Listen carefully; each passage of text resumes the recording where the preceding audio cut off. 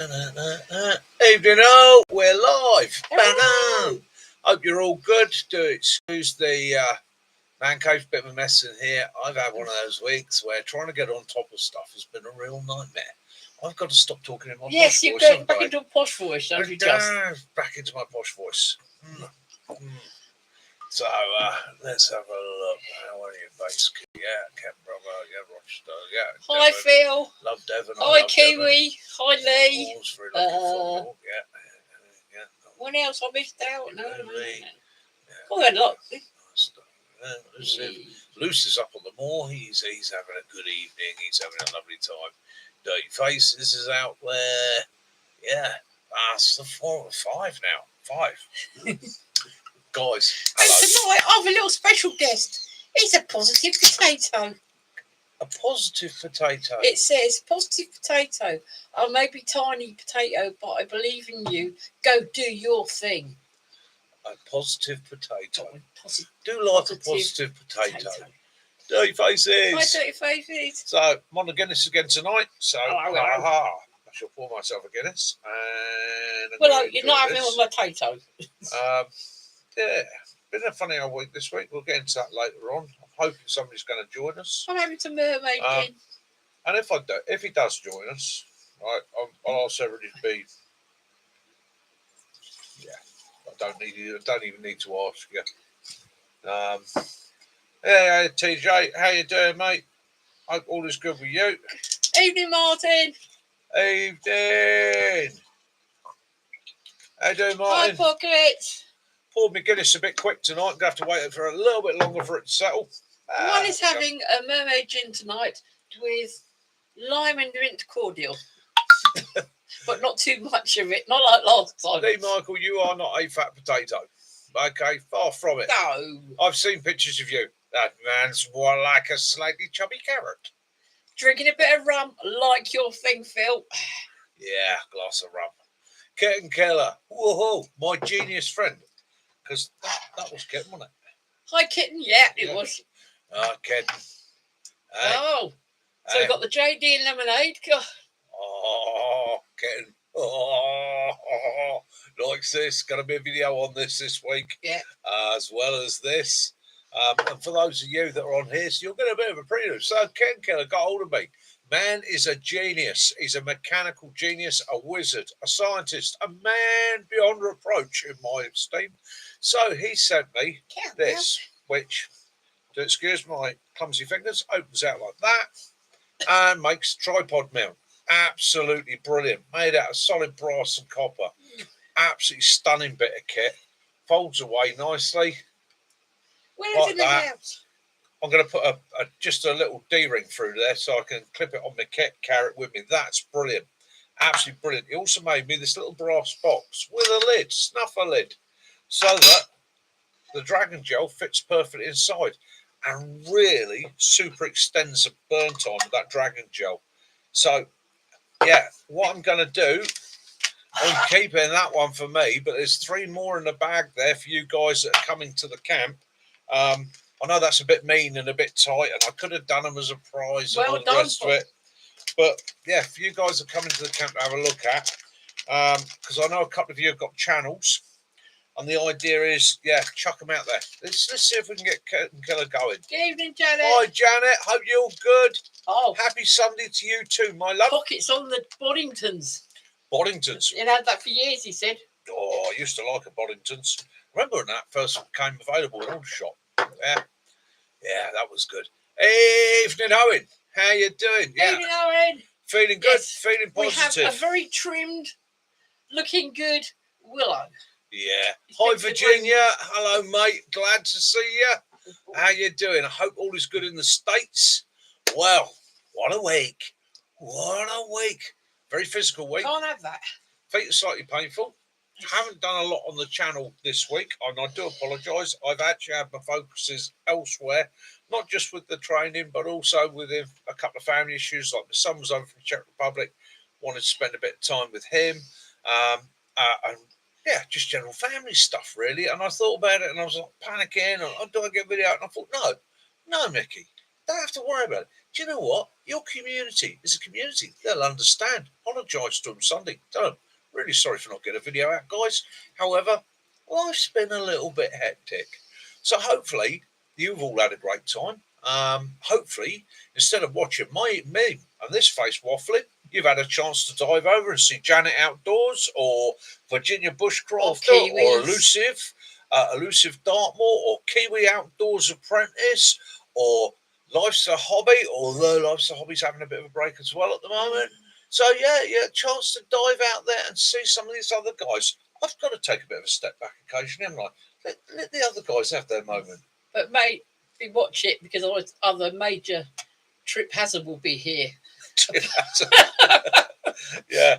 And just to let you know that some thought it was just a skit that he was doing. No, he really did drop the axe on the cast can. Yeah. He actually come running downstairs, screamed at me, "Get the dog, get out!"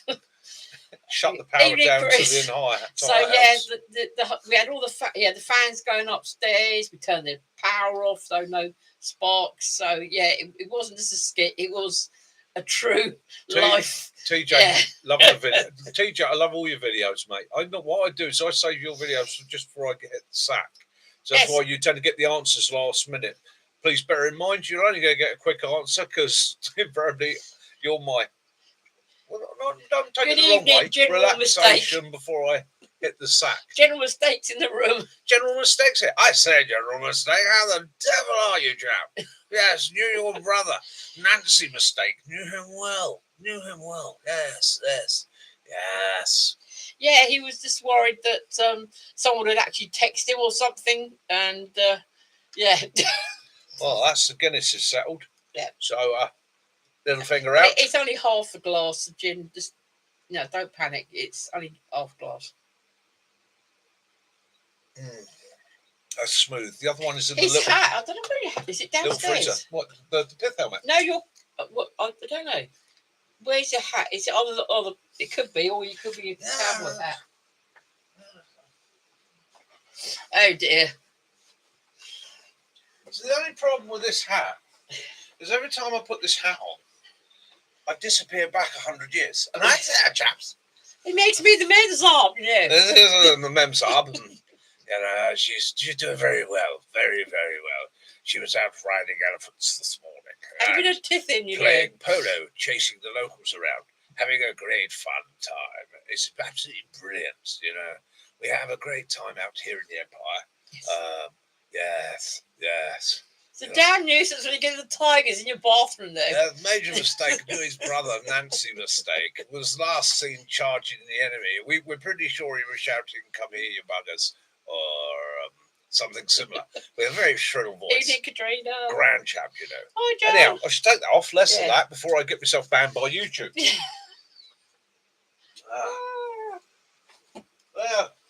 Yes, talking about that. Talking about YouTube and stuff. Okay. I'm not going to bang on that as much tonight. I was hoping the guy would join us and, "Hi, John, how you doing?" and give a bit of an insight. So, right, so I hit that thing this week, which I think everybody that does something on YouTube, Facebook, or wherever is sooner or later going to hit, which is a comment that hits close to heart at the wrong moment, and hits you a bit like that. Okie doke. So let's get some things out the way first of all. Right. So as I said in the video, look at the shape of the head. It is not a normal shape head. The poor old jelly inside has been rattled around quite severely at some time or other. Just give me a positive potato. Caroline references me quite regularly to the positive potato. No, I'm giving you the positive potato. Positive potato. So has been bounced around a bit. So I stammer, I stutter, I struggle over words. I get halfway through a sentence and get stuck. And doing this channel actually helps because doing the lives especially, I'm able to free flow and that makes it easier. Although sometimes you'll see tangents like that. And again, it comes back to the TBI. I've had you'll see under here, a huge, great lump of my throat has been removed. leaving me with quite a massive scar. Yeah, trying to. Enough of the general major snipe. Yeah, Thank you. often got asked about it. And I find the easiest thing to just say is, guy come up behind me with a dagger, got me in the throat, took him down, beat him to death with his own leg. But it wasn't. It was a lump had to be removed from my throat. So I'm quite sensitive about my voice, about speaking, not about the looks. The looks don't bother me in the slightest. That doesn't bother me. But I do struggle with my speech, and sometimes it gets quite bad. And so when I got a comment, and I'll relate to you exactly the comment was, okay, you're old, you sound like a toddler, learn to speak English. That triggered me, and it shouldn't have done. It shouldn't have done. I should have been a bigger man. I should have just looked at it and gone, yeah, cheers, mate, for the comment. Blah, blah, blah. But it didn't. It actually hit quite deep. And I reacted to it, and I put a couple of videos out, bits and pieces, and I reacted to the guy. And I shouldn't have done. Now, me and him have been having a bit of a backwards and forwards. And he said to me, he said, grow a tougher skin. You're putting yourself out there on the internet. You should have a tougher skin. Well, no, you shouldn't have to have a tougher skin. You're not there. But he then came back with, but you're putting yourself out in public. Well, my argument to that is quite simple. If you were walking down the street, which is public, and you saw a guy on the other side of the street, and you hurled something like that at him, how do you expect him to react? Do you expect him to go, oh, this is right to say that? I've just got to take it on the chin and walk off? Or would you not say it because you would think to yourself, he's going to walk over and put one on me? Okay. Now, at the end of the day, I am an advocate of free speech. I'm a big advocate of free speech. I am quite prepared to fight for free speech. And even when you say something I disagree with, be it political, religious, or whatever, I agree you have the right to say that. However, with that right and responsibility to be able to say things, you also have a responsibility to either put it in a manner or a wording that is going to cause minimum offence. Now, I'm always asking for people to give me negative feedback as well as positive feedback. Good evening, Ray. But that is, I expect, if somebody thinks, "I'll make you cocked that up, or you made a mess of that, or you've not done it right," put it in a polite and sensible manner. I'm a generation that believes that manners come before anything. Okay, even if I've got to run over, grab somebody by the throat, give them one on the nose, right? I'm going to be polite about it. Now, the other thing I've got to point out to this gentleman is it's not public. This isn't public. This is YouTube. And not only is this YouTube, this is my channel. And I'm the moderator. And if I don't want you in it, I'm going to throw you out. If you go and look at my introduction page, I actually say on there, be nice, polite, friendly. Okay, and that's what I expect. I don't expect people to always see eye to eye with me. I don't expect anybody to agree with anything I say. In fact, actually, I quite happily say to people, let's talk about it. But I don't normally rant and rave at people. I normally would rather converse with them, see their point of view, and hopefully they see mine. Maybe we meet in the middle. Maybe I learn something and change my opinion. Maybe they learn something and change their opinion. But I think in this world today, there is far too much keyboard warriorism. And it's very easy to sit behind a screen on a keyboard and type out some comments and hit send, rather than think to yourself, what would I actually say to that guy? And this is why I always put it. If I'm putting a negative comment on somebody's video, or I'm putting a comment that's constructive negative, I always sit there and say to myself, how would I say this to him if he was sat there in front of me? That's the end of that, I suppose. Yeah. But one thing, it was never blocked. No. He changed his name. Yeah. He came back on a secondary name, which is... Yeah, which is fine. Yeah. And again, I've had a bit of a chat to the bloke. We've had a bit of a to and fro. We've got very different opinions on this, and I've made it plain to him and said to him, you've got two choices, mate. Be nice or jog on. Simple as that. And no, this isn't an open and free space. This is my channel. This is if you want to go and shout from a box somewhere, go and do it. But I expect, but no more than anybody else. Yeah. But that's him dealt with. And I'm actually, in a way, grateful to him because, I needed to think about that. I needed to actually put it For your own in the peace right of place. mind, you feed off the hate Yeah. because that makes you stronger. I mean, it's not nice when it happens, but yeah. Elusive. That's exactly it. Jealousy. Well, this guy's got no channel. And he actually said, yeah, I've got no channel. I don't do videos. I don't do this. I don't do that. No. So what do you do?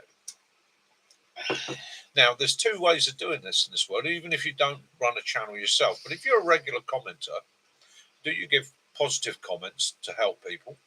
Do you try and give them the sort of feedback that, you know, if you see them doing something that you're not happy with or you think's not right, you say, excuse me. And my friend Sam had that recently when he was firing some arrows in the wood. And guys came up on his channel and very politely and friendly go, so mate, you want to be careful about that. Have you thought about this? Have you thought about that? That's the way it should work. Okay. There is no excuse for ever being rude. In fact, my father used to say the highest form of ignorance is rudeness. It just shows that you're not intelligent enough to put an argument across in a polite and friendly manner. Ooh, ooh, ooh. Anyhow, done with that. Yeah. Done with that. Back to Kitten Killer. Yeah. Dun dun dun, because there's a few more over there. Woohoo. Right, so Kitten Killer sent me some stuff. Oh, Kitten Killer's my favourite person.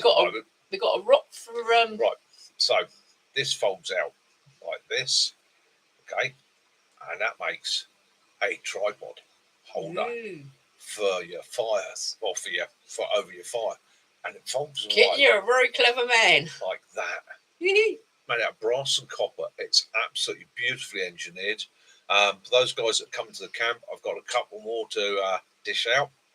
And what I'm going to do, I'm going to dish them out to guys with channels because I'd like to, show the world that and say, do you know what, Kitten, you ought to be chucking these out, mate. You ought to have your own little shop because that is absolute compared to what you can buy from China and all the rest of it. Quality, absolutely brilliant, and that is going in my kit. And I will be doing a video on it this week. And the postman's got a very heavy bag tomorrow because I've gone back and I've got all the posts sorted out. Yeah. To go to America, etc. And it's exactly that, Baron. Agree with you, mate. Yeah, Kitten. Mate, I can't tell you how chuffed I play with it all the time. It's like, in actual fact, I just realised what a handcuff key. No, it doesn't. Okay. It's a Mickey fidget spinner.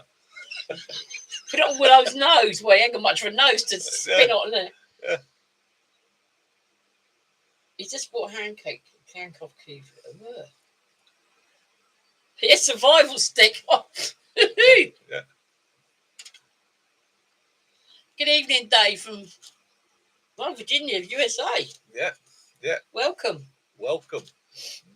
Indeed. Dave Collier camping. Hiya, Dave. I hope you're doing good, mate. Have you got a channel? Because he has. Because I think I've been over and seen his channel. Good evening, Daz. Nice to see you again. Oh yeah. Oh yeah, brilliant. Yeah. So yeah. Oh, I've blown out a bit of wind now, haven't I? I've sort of fluffed my sails. I've sort of turned and floundered in the midriff. Like a fish out of water. Oh, it's the training this week. So how have we done? So started off beginning of the week, feet were giving me hell. I was still favouring my right knee, wearing a brace on that. So I think that was initially put extra pressure on my left foot, bruised the sole a little bit. Day 2, struggled on with it. Day 3, ordered a pair of boots, or end of day 2, ordered a pair of boots. Took some advice from Owen and from Sticks and from Kaz. That'd be nice pockets. Ordered a pair of boots. They came in on the Wednesday. Had a gentle day Wednesday, did mostly upper body and that and a bit of cardio. And then Thursday hit it back with a bit of force. And made the world of difference. Good boots make the world of difference. Starting to get pains in your feet, change them boots. Had a really good lesson from Owen, something I'd not come across before about tension on your laces. Now, having too much tension, not having enough, and how it affects your foot for pain.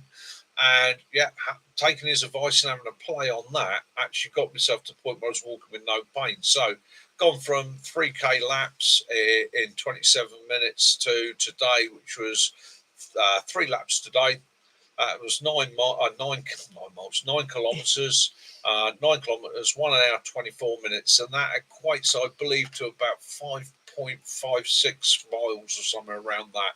I think when I did the calculation, I laughed because it came back as 5.56, and I sort of went, good caliber that. Funny how the brain works. Yeah. So yeah, so getting steadily better, and that's just the end of week 1. Now people have said to me, but I thought, Mickey, you do all these walks, you do like your sort of 10-15 mile walks on the canal. I do, but rarely. No, not. Sorry about that. Yeah. We had a gentleman came in the other day, saying that they'd lost their wife. I didn't know if that was BJ, but I know I've not heard anything from for quite a while since the last message we sent him. Yeah, I've not heard from BJ in a while, and yeah, I am slightly concerned, a bit worried for him. I hope all is good. And BJ, if you are seeing that or seeing this, I hope all is good with you and your family, mate. If there's any way you can let us know, let us know. But if not, our thoughts and prayers are with you as a member of the community. Snap's giggling to himself. Yeah, 5.56. Yeah, it was a good pace. It was, and that's the thing. What I'm trying to do is build up a bit of endurance. I'm not massively into speed normally, but what I'm trying to do is give myself a bit of a bolt, or a bit of a jolt, get back into the rhythm and doing things. I've had a while out where I have become a bit of a couch potato. I said potato again. There, I'll pass you the positive potato. Positive potato, though.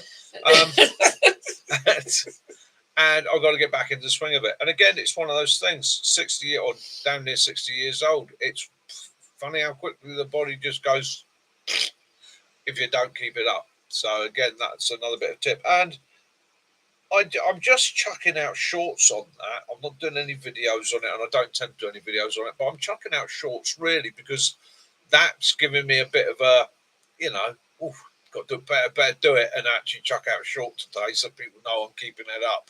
I think and also, part of the reason why he hasn't been isn't going to video that on his laps there we have quite a large population of elderly Nepalese around here, and the little old ladies quite often sit under the trees or sit on the benches. And I'm always polite. And he's always polite, namaste and good morning and good afternoon and that. So they're actually starting now to clap him as he goes past doing his laps. 5 or 6 of them, as I going past now, they all go like that, cheering me on, which is wonderful. Absolutely love it. So I think you did do one on a survival tin, but I think Mac was do a parachute regiment version of it, wasn't he? And you were going to do another one. So that's something we wanted to sit down and do, sort of like the various thoughts on survival tins. In actual fact, I've got to get hold of Mac. I'm probably going to, I've got to see what's happening this week. I'd like to get hold of him, get up the woods, do a video. Because again, my video is supposed to be a survival and outdoors type channel. And unfortunately for you guys, a lot of it's been indoors just lately. But it's, and I think any of you that got a channel also know that sometimes it's like you get up and I'll go make a video tomorrow. You get up in the morning, you're like, what am I going to do? And I'm sort of hitting a bit of a wall. My brain's going, what am I going to do? What can I don't want to repeat anything. I don't want like 2 videos on the channel, but I've also got to remember we're going 2 years, the 400 odd videos. Maybe I need to go back and have a look at some of the early stuff and go, do you know what?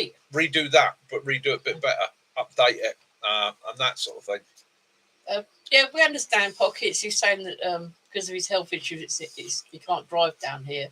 Pockets, we understand, mate. We're going to be doing one up. We're going to be coming up your end. Not. He actually just said that his permission is in Derbyshire, and he would like it at some point if some of the people on here and you would like to go up and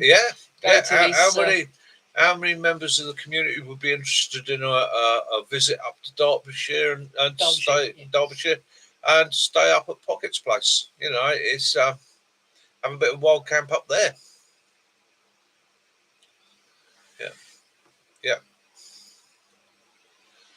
Larry Lawrence.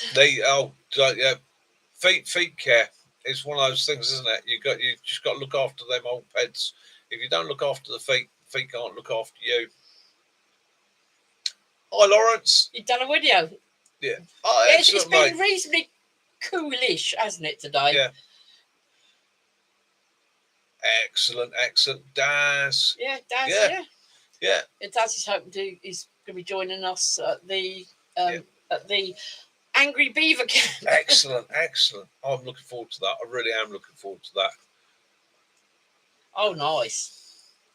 Freshwater stream. Lovely. See, TJ, you've already got the edge on me there. Yeah. He's got toilets. Yeah, and he's got a stream. Posh. Yeah, posh. Posh. Yeah. Yeah. Rub my nose in it. Why don't you? Actually, don't talk about that. Yeah. Oh, feet are just a little bit achy now today. So that was a push today. I did a little bit more than I know. I set out and I was like, That's nice. That's nice. if I can whack 4 laps out, that'd be good. But I'm going to stop when I need to stop. And I got towards the end of the 3rd lap and it was hot and I was starting to feel a bit uncomfortable. Starting to get a couple of floaters in front of my eyes where the old vessels are breaking down. And I was just like, do you know what? Pull off here. And dropped it on the 3. Good evening, Andy. Hi, Andy. Hope you're good, mate. Oh, I just got to move my feet That's round. nice. You know. Pockets was saying that it's free, but there's donations to the Scouts. Scouts. Scouts. Because the same way I do it myself, mate. Is I don't charge people. I ask for donations, and those donations go back to the guides that we use the woods.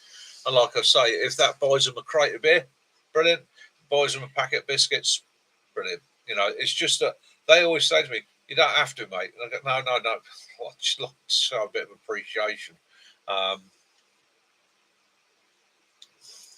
That's a good idea, Dad. Yeah, that's a good idea, Daz. Yeah. You can sit round we would do the I mean, there's going to be a few towels for the basher. Yeah, there's going to be a few guys there, so we can sit there and actually bang our heads together and come up with some ideas. And that's one of the difficult things, isn't it? It's trying to find fresh stuff.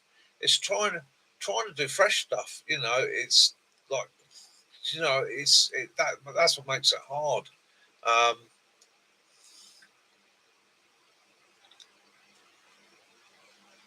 Never mind, Cujo.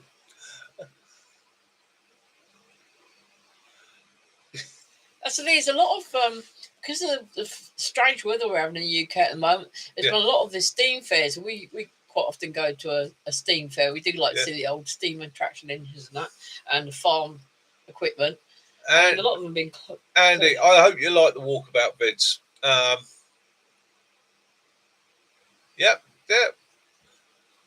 Oh, hang on, let me just. I've got a notification come up. Popping in from abroad to say hello. Brilliant. Yeah, Waterfield. Yeah. But that's it. It's finding all the stuff that people want to do. I mean, it's like with the camp. For anybody that's coming up, that if there's any kit that I've got that you want to look at, maybe you'll think of buying it yourself, and you're like, I don't know, it's expensive. You've got the Millbanks bag. Give us a shout. Like I'll bring it up with me. You're more than welcome to have a play with it, have a look at it, wire it up. And see what you think. When we went up last time, I took my Silky Big Boy up with me, and I just said to people, have a play with it. And guys are coming back going, do you know what? Yarps bought his extra hammock, and unfortunately, when Mac turned up, he left his hammock back at home. Yeah. So Yarps had 2. So yeah. English Woodsman. Okie doke. Brilliant. So again, it's that thing. Yeah, Andy. Well, we got him some. You got Skechers. Yeah. Air support. I got Skechers as an intermediate, so that is they're the Skechers walkabout. Do they really? Which are a walking boot. But I've also today ordered a pair of Merrells. Okay, it's my birthday present from my mum. So I got a pair of Merrells coming. So on a recommendation of a lot of people, I shall be giving them a go. Say what us ladies call hammocks, but I won't, because if there's an adult channel, we do have youngsters. Yeah. So I won't. But I might tell you at the camp. Yeah. Oh, that's nice. The Yeah. Scout leader saying that he's planning to talk to others to That open up would be sites nice, for TJ. veterans That and would bushcraft. be- That is and again, brilliant. it's you know, it's sharing that love, that knowledge, isn't it? Right. So the Boreal Bosaw. Right. So the reason I go with a folding saw over a bow saw. A bow saw is a faster cut. It's a thinner blade, takes a little bit of less effort, it's a faster cut, but it is limited by the height of the bow. Okay, the blades are easy to get, they're easy to replace, and you can carry multiple loads. So you can carry hardwood blades, you can carry softwood blades. If you're only looking at cutting stuff that's this sort of diameter, then that's the way to go. Go with the bow saw, 100%. Okay. However, in the woods I'm in, sometimes I'm cutting stuff that's larger. Okay, so go with I will go for a folding saw that way, and also I do a little bit in trees up there, and that's easier to use up there. I can fold it out, reach out, and I just remember nip you an end broke off the branch. broke your foot in March. Yeah, but bow saws, bow saws literally do what they say. They are a faster, cleaner cut. Yeah, Lawrence, you've got these. It's a thinner blade, so there's less effort in using it. And like I say, you can carry multiple blades easily with that system. Yeah, Lawrence, you've got the silky big boy, is it? Yeah. And the big boy, for its money. So we had this discussion in the camp: is it worth the money? Is it worth? It is a lot of money. £80, and it's quite big and bulky as well. It's right. Is it worth 80 quid? No. That's nicely. Okay, it's not worth 80 quid. You can buy, if you can buy one for 40 quid, then it's worth Good it. evening, FU crew. But it's not worth the £80. Never late, love. It's good kit. It works. It does the job. It suits me because it gives me just that little bit more reach up, trimming off branches and stuff. Downsides with it is it's got a thicker blade.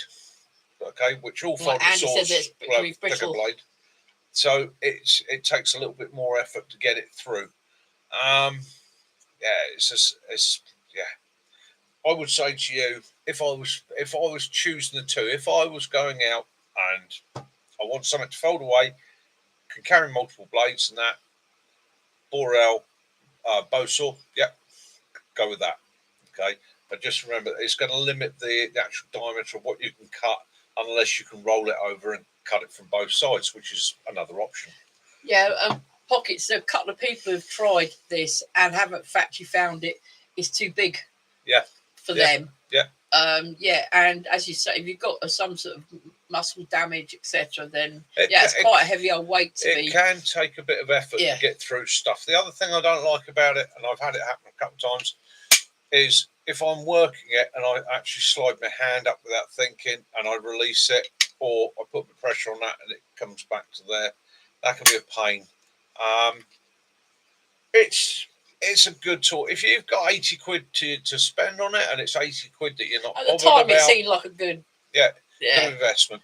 Now, I've had smaller, now working in forestry over the years, I used to have the what I call the standard size silky saw for pruning. That is a better investment. That is a better tool. That is easy to carry. It's lighter. It's more easy to stash away. And for the majority of what you're going to be doing in bushcraft, it's fantastic. So really, that sort of size, yeah. If I'm going off to Alaska, let's say if I'm dumping myself out in Alaska. Well, the honest truth is, it spends most of its time. Yeah, it does. There. Yeah. It was. Really, I like those collapsible frame saws, but they can be quite expensive sometimes. But again, it's look around. Whatever suits you. That's the other thing. I mean, there are options. There are cheaper options. For years, I would go into our local B&Q hardware store and buy their cheap budget folding saw, and I'd use it for a season. And when it was knackered, chuck it away because it only cost me $5. I quite often spend time going through the local Facebook marketplace because I found quite a few bits on there that are really reasonable prices. And Oh, blimey, sometimes yeah. Amazon and your car boot sales, Yeah. people buy them, they don't particularly use them, and it's taking up space, sitting in the garage or the shed. And so there's always a bargain out there to Exactly that, get. Andy. You go to Alaska and break it, you'll be buggered. Yeah, they can snap. They can be a pain in the bum. But then everything, it doesn't matter what you carry, does it? It really doesn't matter which one you've got. It's find what suits you, what works for you, and perfect that. I mean, at the end of the day, is a saw necessary? Are you better off with an axe? What are you looking at doing? Are you better off with a cleaver? Are you better off with a Horses, isn't it? yeah, a bill hook? That's the word I'm looking for. Sorry, it's our brain going. So again, you've got to adapt to what you need. And there is, we quite often. I saw a video recently, and the guy was literally sat there saying, "There is only one tool. You're all got it wrong. You're all wrong. Yeah. There is only one tool. It's an axe. Take an axe." Yeah, but it's the same when you got golf players, or fishermen even. You look down the bag, oh, they've only got that cheap old thing. Yeah, and they're probably catching more fish than you. It doesn't matter about brand names a lot of the time, does it? No, it's how you use the tool rather than what the tool's name is. And it's about finding technique, methods, find what suits you. Lucy says he'd rather have a knife than an axe. I like an axe, but there's axes and there's axes. We had this discussion a couple of us the other day. I've got an axe. So there are, and I see lots on YouTube about axes, and from people that find an axe for what they do. Now, there are, and this is quite simple. Okay, forget hatchet, forget axe, forget field axe, forget forestry axe, all of that. Forget all those categories. Okay, there are only two types of axe. This is from somebody that studied this, looked into it. Whether it's fighting, there are two types of axe, and there is a cross-grain cutting axe. Okay, cross-grain cutting axes are designed for things like felling and quite often carving, and they're designed to go. If you think of the timber, the grain of the timber, they're designed to cut that way. Okay, now that has a lot of resistance. That has a lot of catch on that axe. It's a lot of hard work. So they invariably are a fine-edged axe. Okay, sort of axe that you see, I can shave with a proper old John Bunyan axe, right? Sharp, quite often with a fair bit of weight. Okay, and well balanced on a long shaft so that you can work it into a tree side on. Now, beyond that, you have what we normally call, what we see every day, majority of us have, is a hatchet. And a hatchet or a small axe or even a small field axe, right, is designed to go down the grain because in the homestead, it was a splitting tool. It was designed to split the wood and also do a little bit of side work, but it wasn't designed to be a cross-grain cutting tool. It was designed to be down 45 degrees or straight down. That's the only two types of axes. And what you've got to do, you've got to look at what you're using it for. You've got to think to yourself, do I want an axe for building a log cabin? Do I want an axe for splitting my firewood? Do I want the axe for? And you've got to find which grind is going to work for you. Or you've got to compromise. And there is only one compromise on that, and that's take your axe, go to your workshop, and put a Scandi grind on it. If you put a Scandi grind on it, then you've got a reasonable compromise.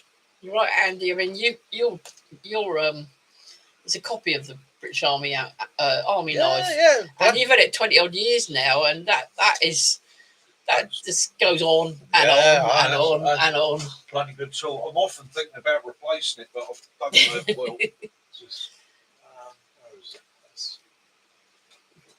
Last time you showed it to Dan, didn't you? Yeah. Oh. Yeah. So that's it. You take the tools that you know that you're going to. I modified mine, so that is a left-handed scabbards. All British those Yeah, of you hide that the don't know, gas, Owen. Yeah. all yeah, all British Army issued field knives, Golocks, and the rest of it always come in a left-handed scabbard, and that is because the British rifleman will always keep his hand on his weapon. So basically, his trigger hand right-handed. Yeah, that hand goes in there. The tool goes on the left-hand side. Don't like that, so I modified my sheath. So I made a Kydex insert, so it actually went in, turned the blade around the other way for me, and also has a retaining clip, so I don't get any of the issues. Which one is that one? Andy's just asking which one is that one? That is the a copy of the J. Adams survival knife, British Army or MOD survival knife. That's not a combat coffee, though, is it? No, No. that is a Webtex. Webtex, that's it. Now, Webtex came about in the late 80s, early 90s as a company that provided initially equipment to the reserve forces and to people that may be going off and doing military contracts elsewhere. So they made kit and provided kit to the same standard, and that was everything. They did Bergens, boots, you name it, knives, the whole lot. So that basically the average squaddy could buy the kit and have his own.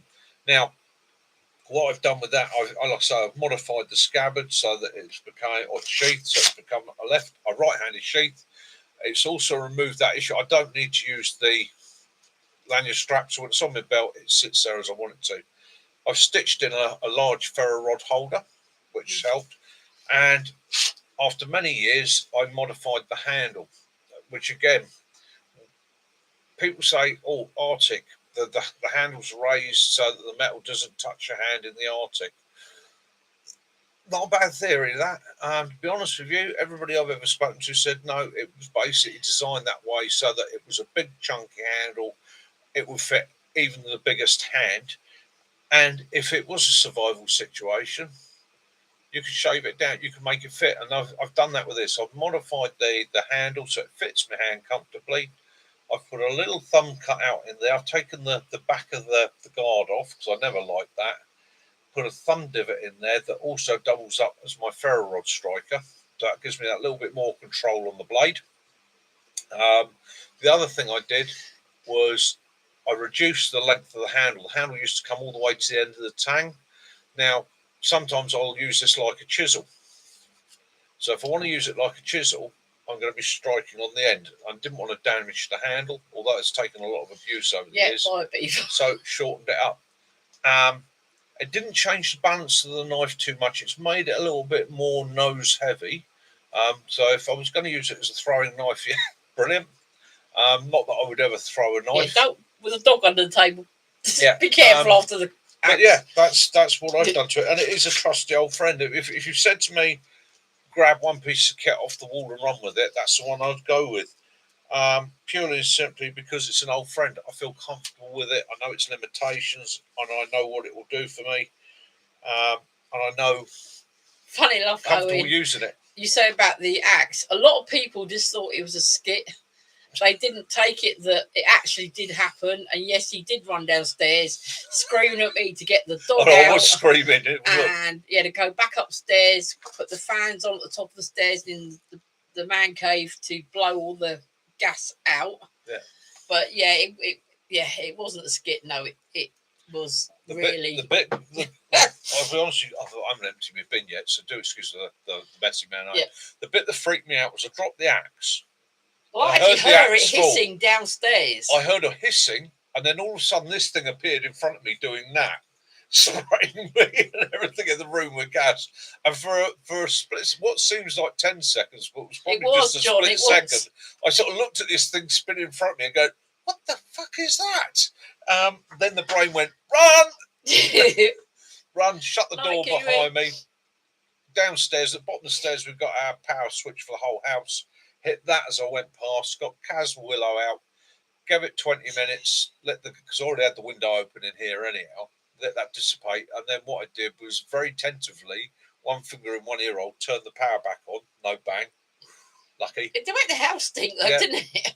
Set the fan up outside the door, got the fan going, opened the door, and then vented the whole place. But yeah, it's yes. Kiwi night, mate. Yeah, one of those. It was, yeah. Yeah, it was one of those. Did Marv make me? Made I jump? That got the old adrenaline flowing.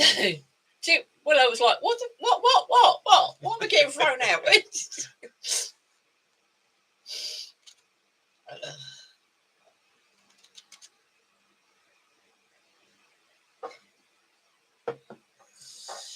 It's always better with rum, as Jack Sparrow would say. Yeah, always better with rum. Everything's better with rum. Wow. Yeah. I've got to catch up on my comments. Butane is everything Yeah. there. Yeah. Yeah, that was one of my fears, was like, damn, floorboards, carpet. So you go sink through that, get in between the floorboards and the ceiling below, and yeah. Yes, it's quite funny. I had a bad night's sleep last night because I was in a lot of pain with my arthritis, and this morning I could hear you on a phone conversation with Owen, Life's a Hobby, and Sticks. Yeah. And they're doing their press ups and sit ups and things like that. Doing the press ups, doing sit ups. Willow tries to help. Willow is always in the face, on the chest. Willow believes that he has to help. What are you doing, Dad? Willow's a medic. Yeah. No, you can't. Like I say, can't beat a hip flask of gin, but yeah, Daz, mate. Evening, Dee. You don't have to bring anything to contribution. Like I say, everybody's going to be self-supporting anyhow. If you want to come along, if you bring whatever kit you want to bring with you, just make sure you're self-sufficient. Obviously, on the Saturday night, I'm going to supply some steaks, some sweet corn, some potatoes, tin foil, and that. And it's only basis. It's not posh steaks, so I haven't gone to the butchers and spent $1,000. There'll just be a bucket there for. And there'll be a bucket there for donations. Just donations towards the people. If you can spare 10p, chuck it in.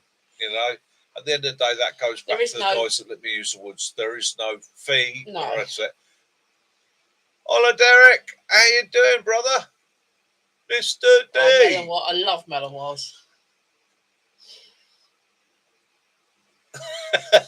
Ever filled a camelback with whiskey, you forget about 8 Mile hikes, I think. Oh, yeah.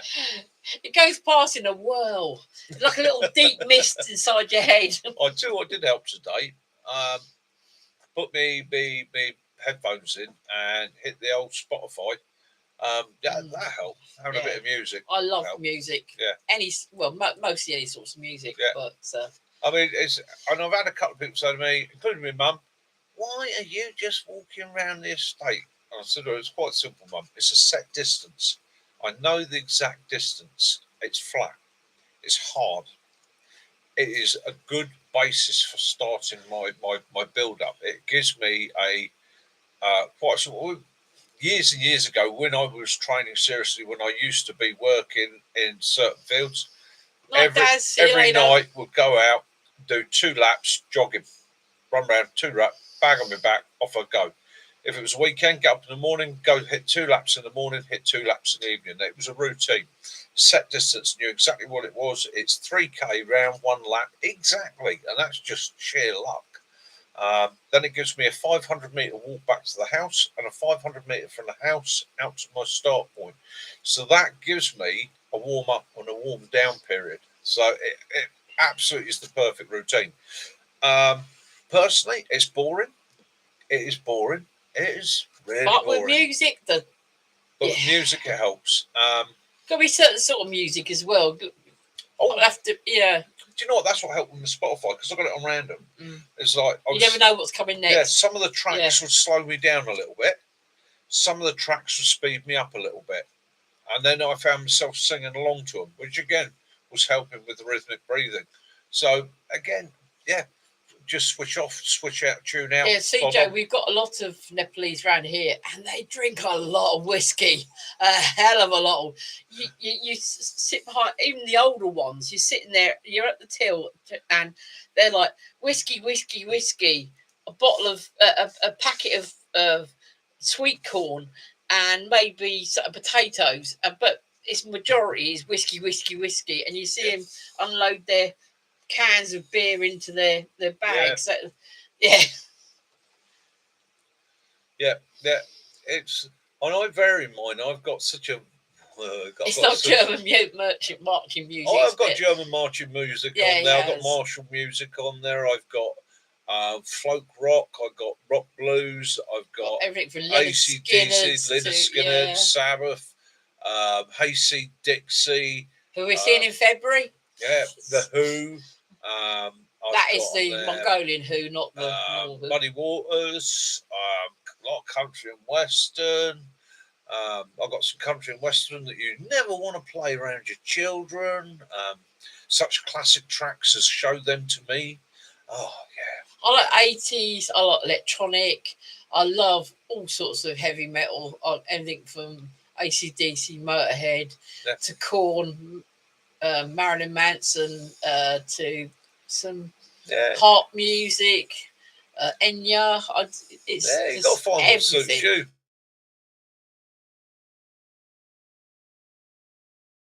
Yeah, it's again. It's where did I? What grabs your Garibaldi? What grabs your Garibaldi? What dips your digestive? Yeah.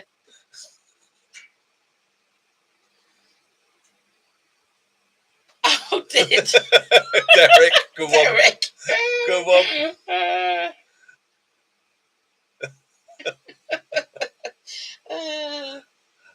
Yeah, I do like death metal too. My granddaughter, she's coming up for 3 now.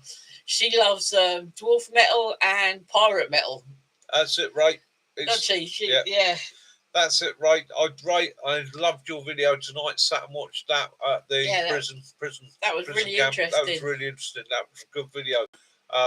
Yeah, absolutely brilliant. And nice to see your confidence coming on, mate. Me and Kaz were both saying, hey, confidence coming on. Yeah, that was a really good video. Thoroughly enjoyed it. We go to a place in Cornwall that's near the Cathedral City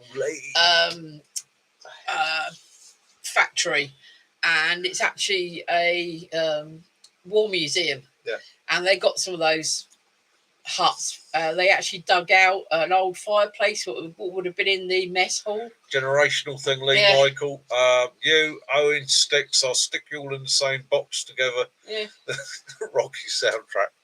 Oh, do you know what? No, I like Tibetan music, Native American music. It's anything really that's got a drum bit. I love drums. Do you know what I was listening to today more than anything out there? Creedence Clearwater Revival. That got me stepping out. I quite enjoyed that. Especially a group that's got more than one drum. That's why I like Adam and the Ants, because they had 2 drummers. Yeah. And it's a drum beat that gets me. That's why I used to like the a lot of the Damn the Bard stuff. Yeah. And that is because it's that, and the Who, and a lot of the Viking music I like as well, because it's got that strong drum beat. Yeah, saxophone's nice too. Oh, Coldplay, yeah, like them too. Oh, no, Guinness. It's funny, isn't it?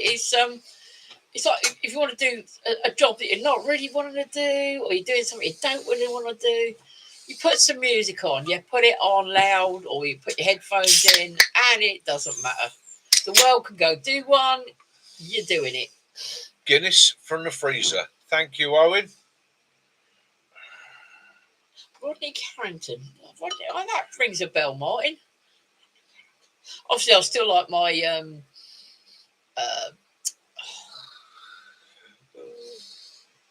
had a little bit too long in there. Gary Newman and a lot of the stuff like that from long way back. Adam and the Ants, yeah. I've got Dirtwear socks on the B side, isn't it? Within my valise, I think, or is that on the? Yeah, but I've got several of the the older Adam and the Ants music. But yeah, I like them too. I've still got I actually collect picture discs. I've been collecting them since the 80s, and I've got everything from Motorhead to Adam and the Ants. I've got Saxon. I've got Philip Japp. I've got Gillan. ZZ Top. collecting them all. Most of them are not played. A few have been played, but yeah. Here's Owen, wring its neck. Yeah, he says squeeze it. Oh, Owen, look at that, look at that, look at that, look at that, look at that. Ice crystals. Look at that. Oh, look at that. I did squeeze the can in the end. But what I'm frightened about squeezing the can Yeah, I like Irish is I'm bands. the sort of bloke that go pump like that, and all of a sudden everything lands in Caroline's lap. That's a waste of Guinness. It is, and I get soggy. It's not nice. Yeah.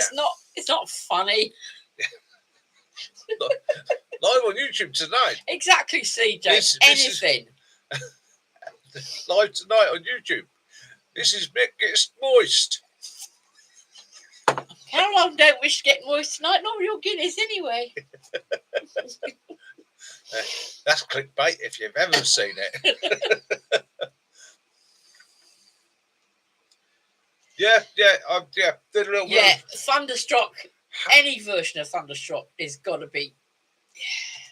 Yeah. We're watching that today with people and the Americans Andy. flying that place in Wales, is it? Lakenheath. Lakenheath. No, it's not Where Wales. Lakenheath, where they fly all the M35s, is it? And the F-35s. yeah. Yeah, Andy, you're right. Yeah, in a lot of places in the Soviet or Oh, former yeah. Soviet Union, King Russia, Goblin. vodka went in the freezer, freeze the water content down, makes it a lot more drinkable. Irish bands. Oh yeah, you want a night out? Irish pub, Yeah. Irish pub all day long.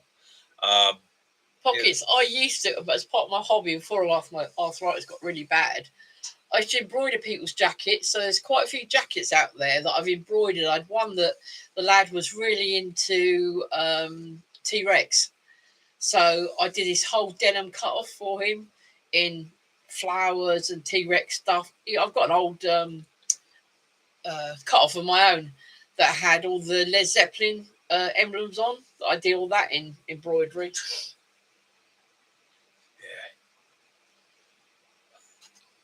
Yeah, do like old goblin. Yeah, I'm a cider drinker. I love all ciders. Yeah. Scrumpy cider. Dropkick Mercies. Yeah, our two sons at my eldest son's wedding both sung Kiss Me on Shitface. Kiss Me on Shitface. And it was so funny. It was. Yeah. I see my two lads singing that together. That was a moment. Oh, boys. I've had Pachin as well. That's good stuff, that is. Yeah, you want a good night out Irish pub. People that know how to enjoy themselves.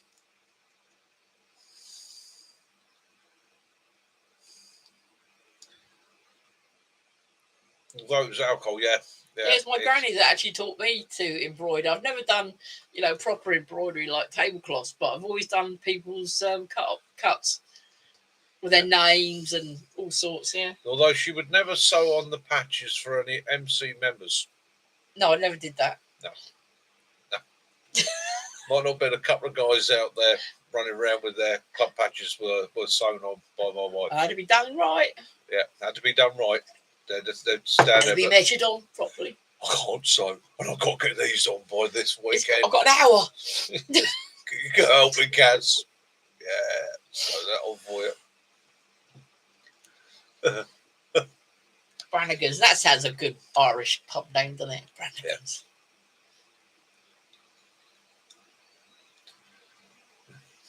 You'd like to think that these good pubs are out there. I love nothing but a good old country pub. Not these blooming boutique pubs. I like to go to Sussex, where my father was born, and go into a decent old pub that's got, you got the old plough stuff outside, and dog friendly.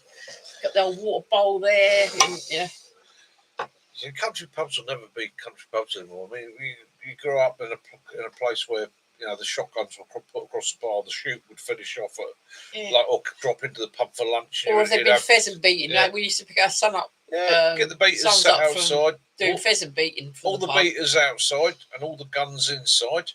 The guns would come in, hand their shotguns behind the bar.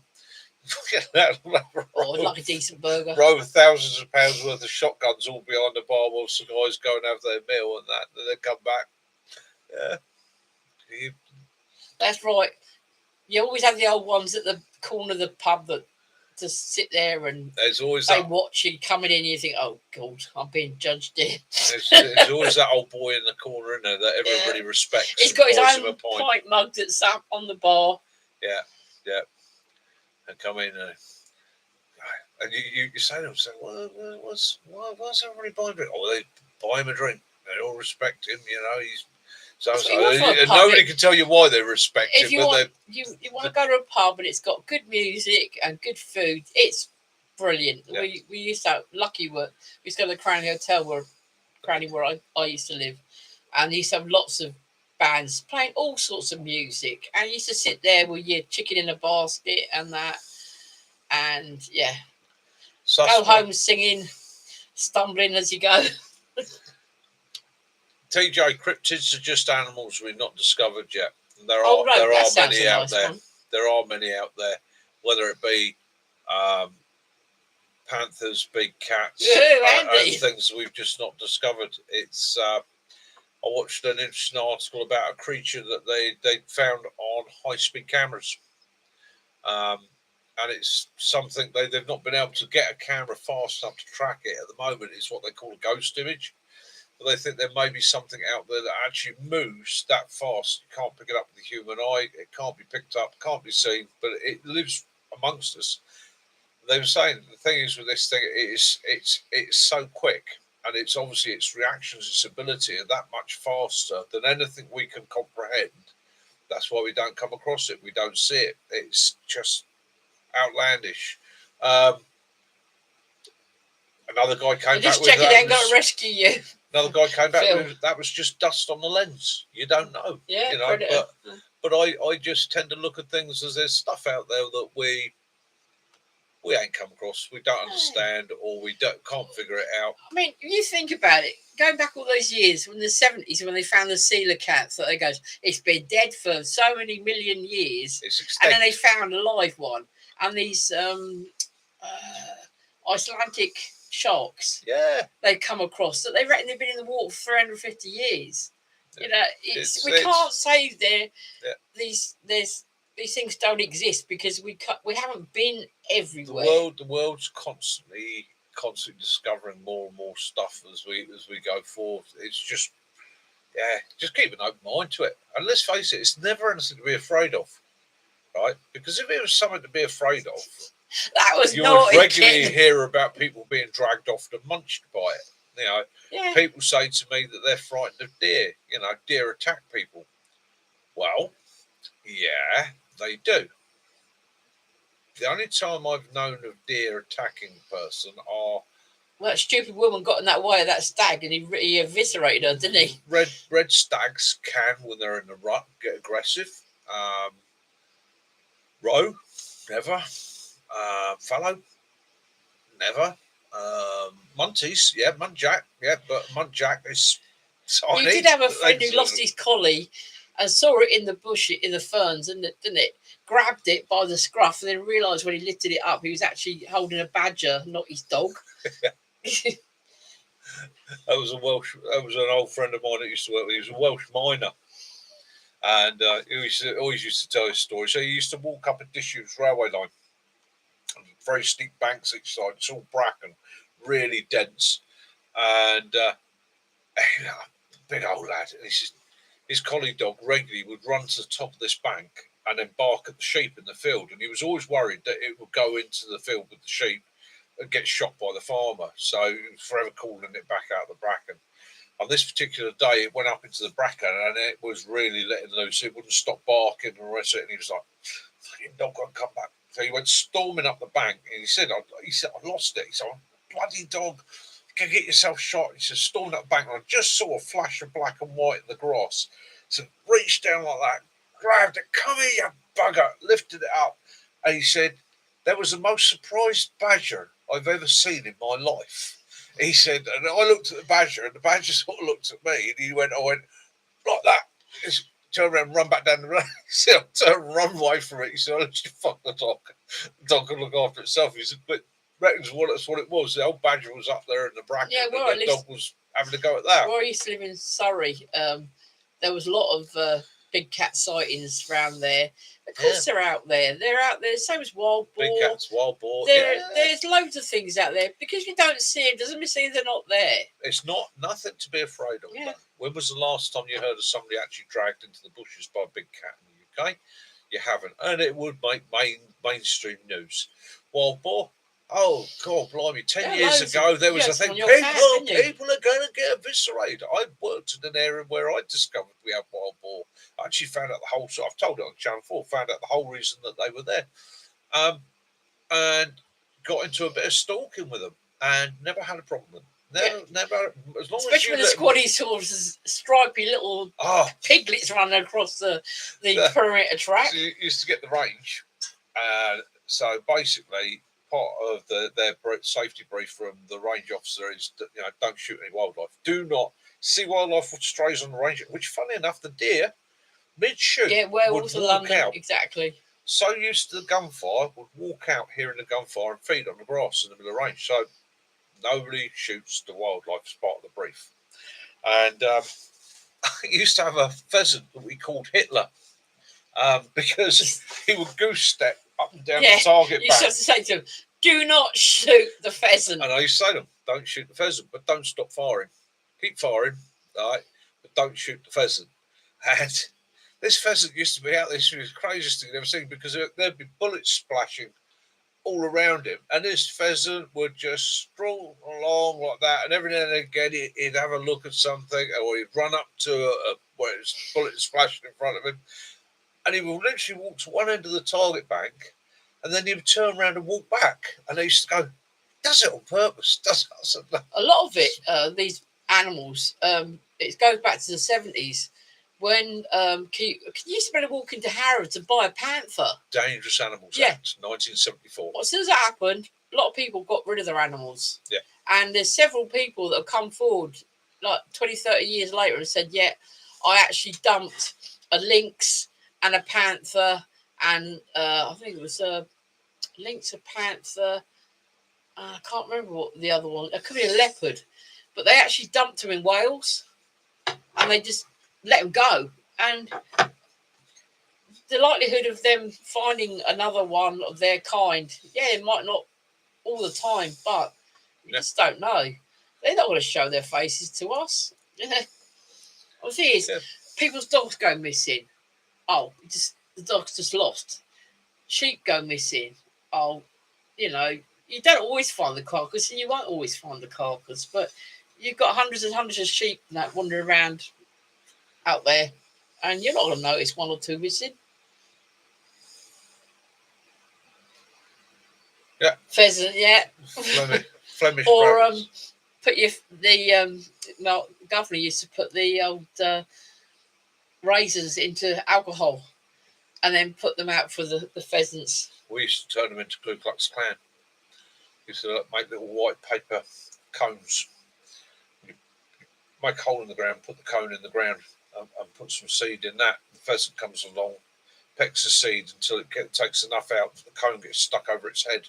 And then they're walking around with their little white hats on, and you can just walk up. I found a bit of wood. I found a bit of wood. Oh, right. Under my chair. It's obviously part of his chair. You're right, Lawrence. It's falling apart. I think my chair's dying. Chupacabra. I've watched a brilliant film about a chupacabra, and it made me cry. Yeah. Bow drill.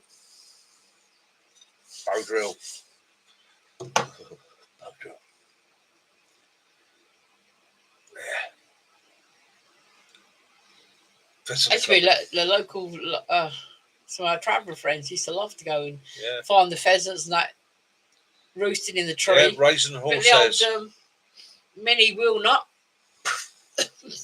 As a kid, you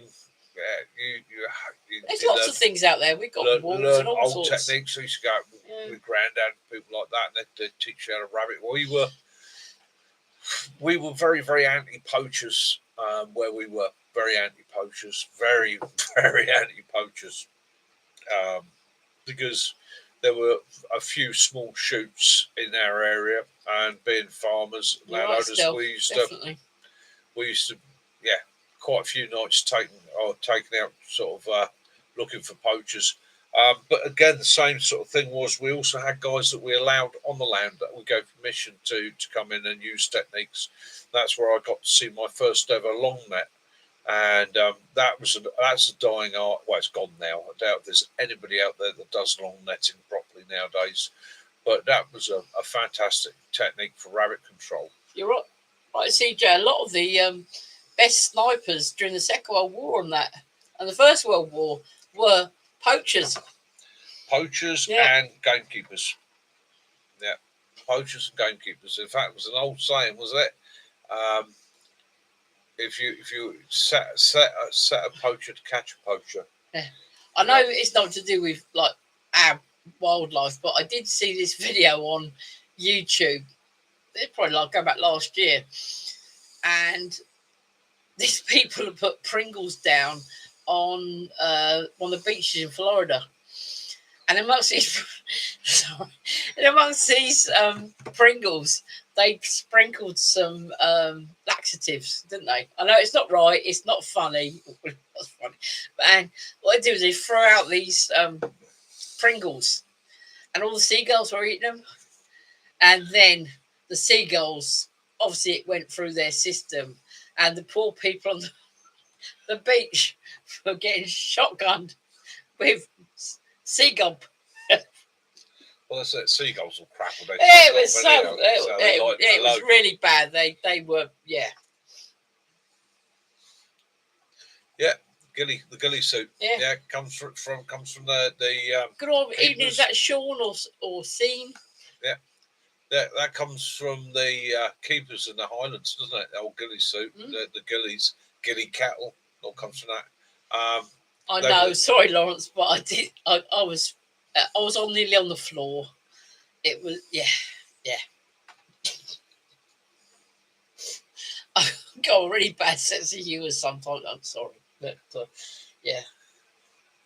Old drops vehicle. Oh, TJ. Yeah, it's Carry-On gets a great deal of humour of people being pooed on by wildlife. It's something that will always make a laugh. I do watch fails as well. I don't like ones that see children fails because I think that's mean. But adults doing really stupid things, yeah. Like elusive. That's one of the telltale signs of a big cat in your area is the scratch marks on the trees because they will mark their area. They mark their area, and also the fact that they're prey. Large cats pull prey into trees. They get it off the ground. They get it away so that their instinct is to get it away from. On the moors, they'd go up the mount, up on the hills, wouldn't they? Up on the tors and that. Well, yeah, they get it up onto rocks. They get it up off the ground level, away from other animals. The idea is to get that scent up and away.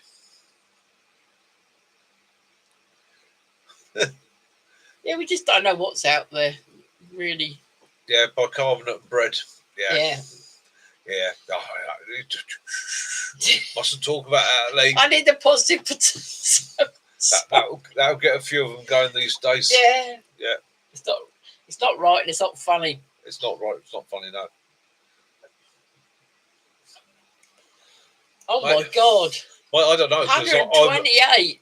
Bloody hell. I'm an ex-sapper. I never had to grease one of your drops vehicles. We watched one. There's another one on YouTube where we watched the parachutes were failing on. They were doing a big display of dropping all these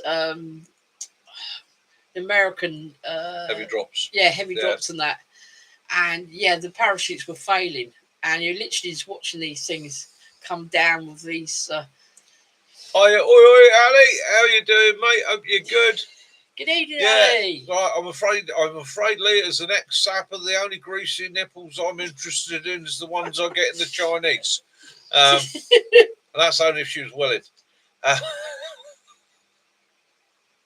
Lucy's off for a pee. Yeah. But remember, mark your camp with a asylum. Don't you end up wandering around the moors all night. Yes. Where the bloody hell was that? Mountain lions are quite. They're They're a bit like the honey badger of the cat world, aren't they? Mountain lions. Yeah. Yeah, just yeah. And he's sellotaping bread on people's caravans and holiday parks is fun. Oh yeah, it's funny how a seagull sounds like it's wearing a pair of hobnail boots at 3 They o'clock got in big the morning. feet, and they Donk, donk, donk, donk, donk. do they handstands? Yeah, it wouldn't surprise me. They mountain lion. Yeah, big animals, powerful animals. You feeling sore tonight, then, Ali? Don't know. There's 4 feet. Badger. Could possibly be. I will sort it out tomorrow, Katrina. No, I shall hoard him down and sort it out for you tomorrow, love. All right? Well, I lost on the comments now. Pandas do. Handstands and piss against trees. It's like Willow. He flipping picks his leg up that high. He weeds on his own feet. Yeah, Lee Mark, I agree with you. I've seen some weird in my life, and sometimes I put that down to licking the wrong toads. Oh, pine martins. I mushrooms. love pine martins. We're starting to get them now in the New Forest, aren't we? Yeah, we reintroduce them into New Forest to try and reduce the number of grey squirrels. Yeah, pine martins will climb, yeah. Because Chris was saying that he's never seen a red squirrel. So if you go to the Isle of Wight, that's all they've got over there. Yeah. Mushrooms. Yeah. So I said I've seen some weird things, but occasionally it was down to licking the wrong mushroom. Yeah. It's not. He licks toads. Just nothing like a good old toad lick. Just remember, lick the toad, don't suck the toad. No matter how much that toad begs you, don't suck the toad. I know that hedgehogs climb, don't they? Hedgehogs will climb a fence, no problem at all. Yeah, I've not come up. I can't remember if badgers. I know badgers will mark the ground. I know they will scrape the ground, and I know they will back up. They're like all mustelids, hence the Latin name mustelidae. It refers to having the scent gland on the anus. So they will back up to things and they'll rub their arse on things and they will squirt spray. Whenever I see a red squirrel, I expect to see them in little tucks. They're quite little gentlemen, aren't they? They certainly are. Yeah. They certainly are. So Grace was one of the badgers tend to mark that way. I'll do some research on that. You could well have a cat out there. If cats will reach up, they'll literally reach up and with their front claws, scrape and mark that way because their scent glands are on their wrists anyhow. So that's how they're marking, or they'll rub their hedgehogs crap me up here, so they'll then rub that on it. Yeah. Hedgehogs crap me up because when they shake, when they get a bit fruity, they shake their quills, don't they? The rattle there. Yeah, it's like hearing a little bag of nails go. Hedgehogs fall flat. So yeah, beagle squirrel. I've seen an albino fox. Yeah. I was coming back from a pub and I hadn't had lots to drink. I was back with Duncan. We come back from Dorking, and I saw a white fox running down the side of the road. Yeah. No, we don't get raccoons. Yeah. We just get. There are raccoons in the UK. Yeah. Raccoons, wallabies. We've got wallabies and reindeer. What was the other one? There's beaver. Carpy. A carpy, yeah. A carpy, beaver, wallabies. And those parakeets in London. Yeah, there's all sorts floating around. In different areas. We actually had a guy killed near here about 10 years ago by a snake. And that turned out to be somebody's pet venomous snake that they'd released. We a couple of weeks ago, there was someone had obviously got bored of their snakes, and there was a couple of snakes only about 2 miles away from here. They were found in the middle of a road. Reticulated python. Yeah. Seen crossing a road, which I thought was damn clever. Did he push the button before he crossed the road? TJ, we've got many an angry beaver, and we've got an angry beaver for the cab, haven't we? Oh, yeah. He's not happy being captive as Norman. He's not happy. No. Oh, so Oregon going to legalise mushrooms. Starts next month. All right. That's Yeah, going to be. parakeets are in all over the That's place. going to be interesting for you.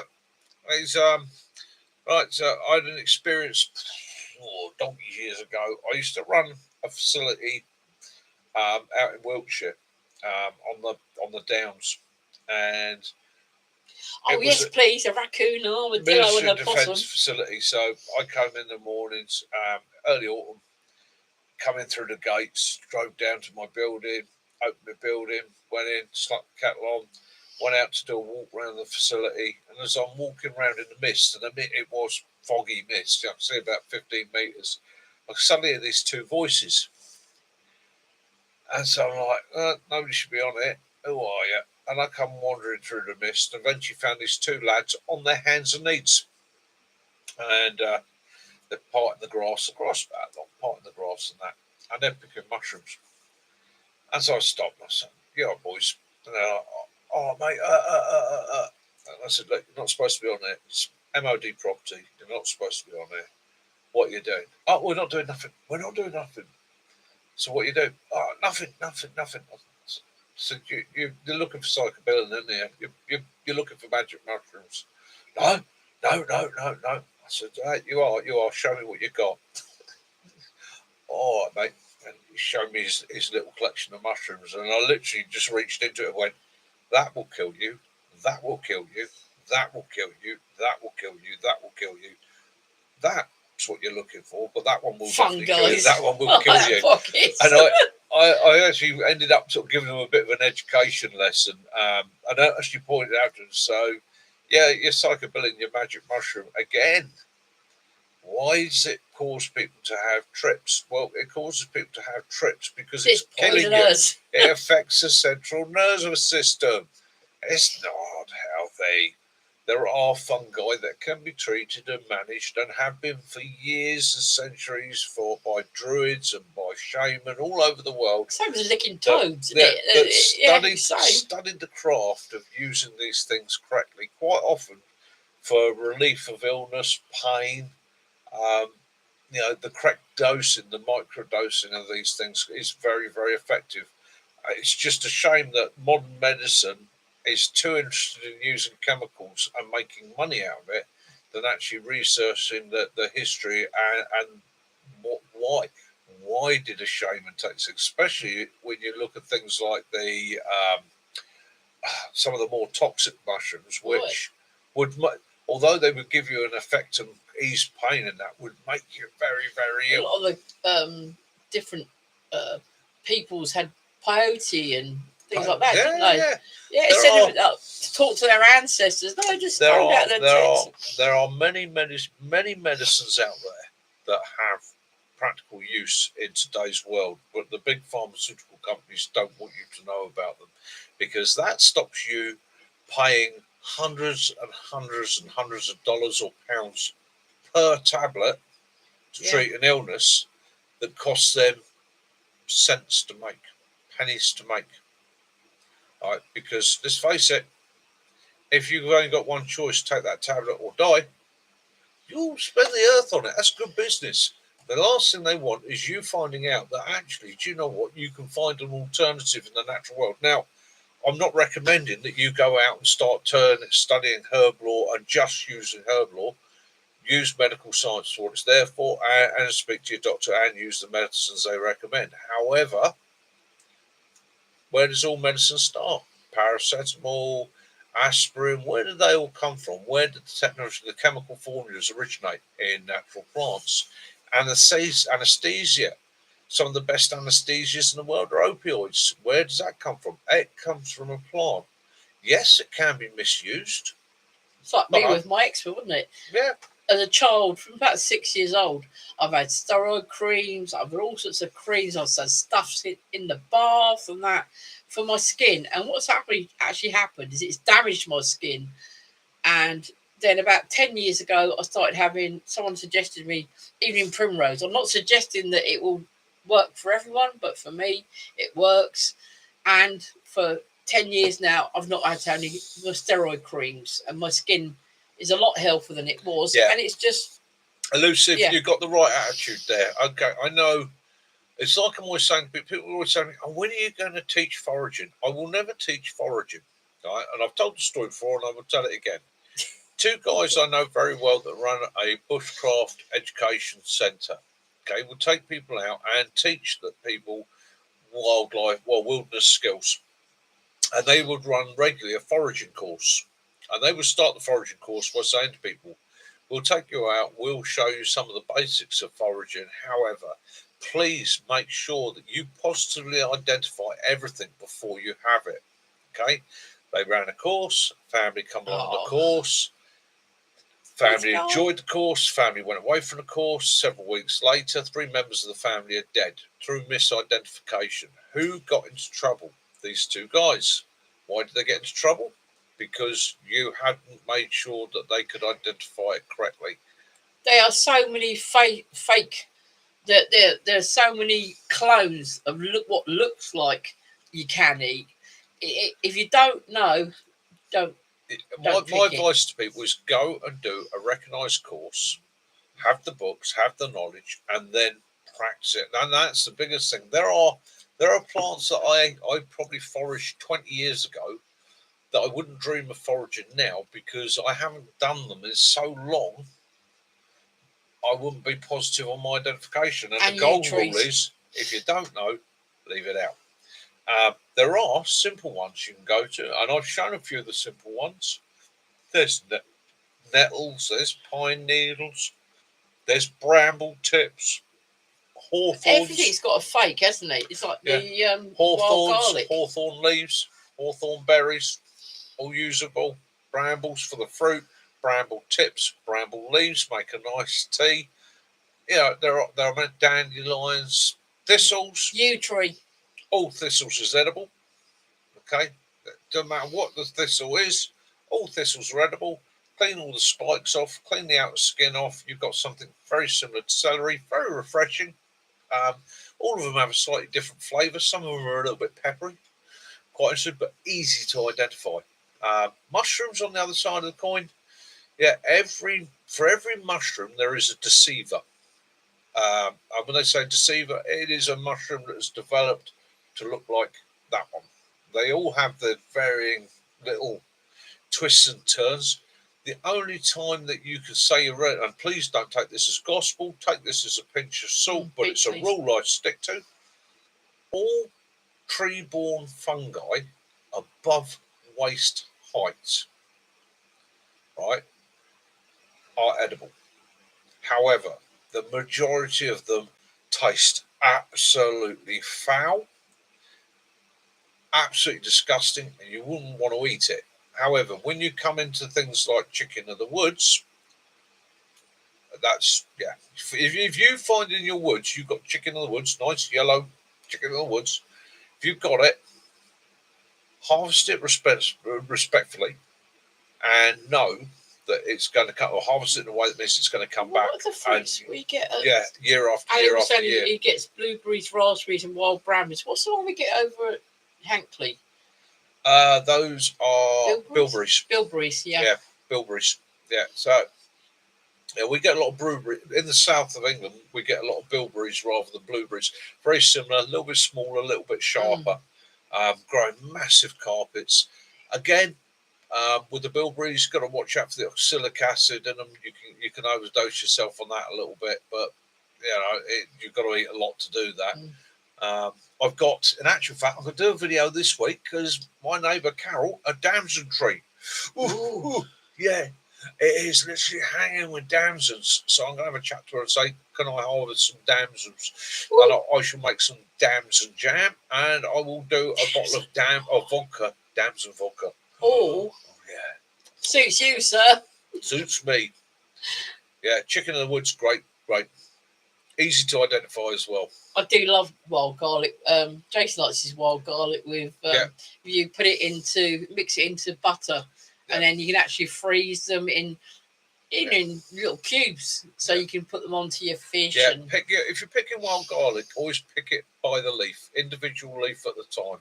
Double check I literally, when I harvest it, every leaf. I've made this mistake myself where I've reached down, picked it, and lucky enough checked it, and what I'd actually caught, I'd caught a couple of tooths off of a lily of the valley.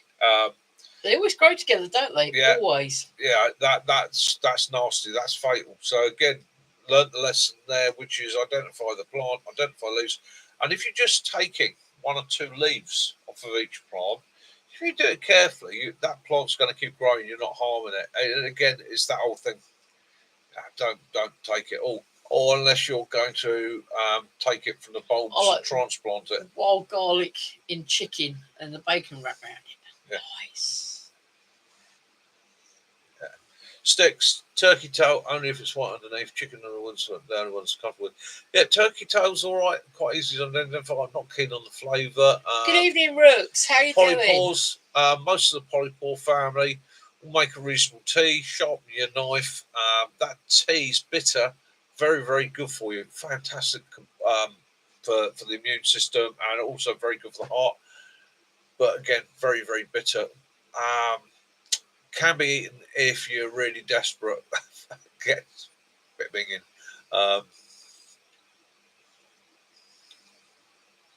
Rooks in the house. Hiya, Rooks. Excellent, excellent. Damsons we get. Damsons, yeah. I'm going scrumping. Back in a minute. He's having a scrump. Thing is, not very many people do the old blackberry picking now. I just remember as a kid when Mum would send us out on the old disused railway track. We'd have plastic tubs and we'd be picking our blackberries and we'd bring them back and hope that she'd make a blackberry crumble or a blackberry pie. But not so many people do that nowadays. I don't know why. It was good as a kid to go out, with the adults and that good old walk. And we do like a bit of free food. When Mick used to work on the ranges, there was an old hunting lodge that had been used. I can't remember which Queen Anne. She actually had like a hunting lodge. It was in the woods there on the military land in Borden. And obviously the lodge fell into disrepair, and it was all sort of knocked down. But the trees from the garden are still there. So there was this one particular tree. I mean, it had suffered years of not being trimmed properly, but it was a pear tree. But the only way you could sort of get any of the pears was to get him to stand up on top of the back of our Discovery on the roof and pick the pears that were nearest to him. Right. I've got to cut this tree back for the neighbour, so again, I haven't damaged it. It's got to be pruned off the path. Oh, blackberry and apple pie. Oh, woo! Oh, the damsons on that. Anyway, feeling your damson, sir. A damson is a small plum, very sweet. Yeah, that's blue in colour. I might have to make a blueberry, a damson pie or crumble. Oh, I love a crumble rather than a pie, but hey. And I know it's all right. Carol doesn't mind. She just she's. I pruned the tree for her. Yeah, we used to steal turnips and the old sweet corn at the edge of the field. Very sweet.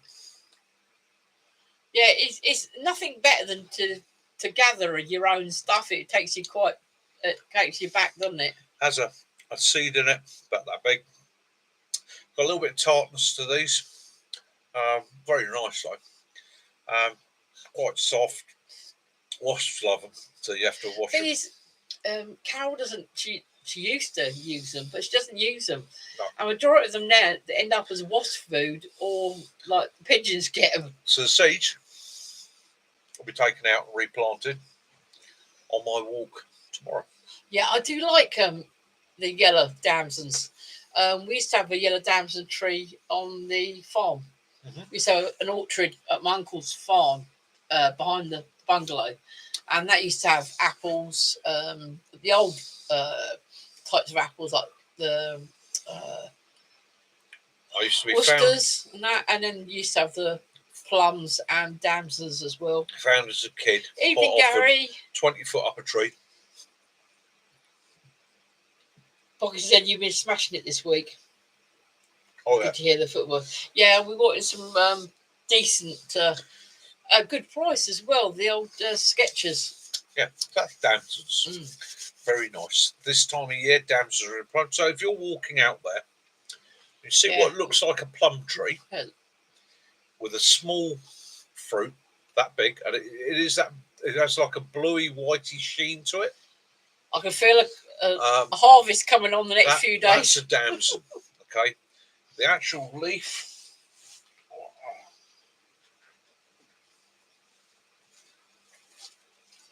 Okay, let's do it identification. So the leaf.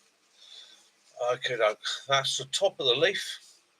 Quite a dark green, as you can see, with a central vein. Point. It's got like a slight sort of jagged edge, isn't it? Yeah, very slight jagged edge to and it. On the back, it's got a bit quite like a veins. beech leaf. And then on the back, you can see the vein structure. They're quite lifted, aren't they? They're quite raised. Okay. Let's remember the prunus family, so the bark and that very, very much like a plum or a cherry. Okay, and the fruit are always easy to identify. They have that. Will's trying to help himself They have down that there. toxic fruit, dark blue, black appearance. Okay, with a bit of a cloudy sheen on, just like a large Victoria plum. It's like a miniature Victoria plum. Okay, so any of you that are not sure, Google Victoria plum. That's really good, and Gary. It's like a very, very small Victoria See, plum. Lawrence, if Very, very nice. anyone says it to you, say, they're not getting picked. They're just encouraging wasps, which you don't want. Wasps and bees. Well, we do want them, obviously people that. But if you want to harvest them, as I say, you're harvesting things that would end up just dropping on the floor and rotting. Yeah. So make use of them. Make yourself a wine or pie. Make wine, pie, very nice, fresh. Put them in the fridge, chill them down, very, very refreshing. Got a little bit of tartness to them. You don't want... Night out, Lorraine. I hope you feel better soon, mate. As with any member of the plum family, it's something you can have too much on and will ease the flow, shall we say, through the body.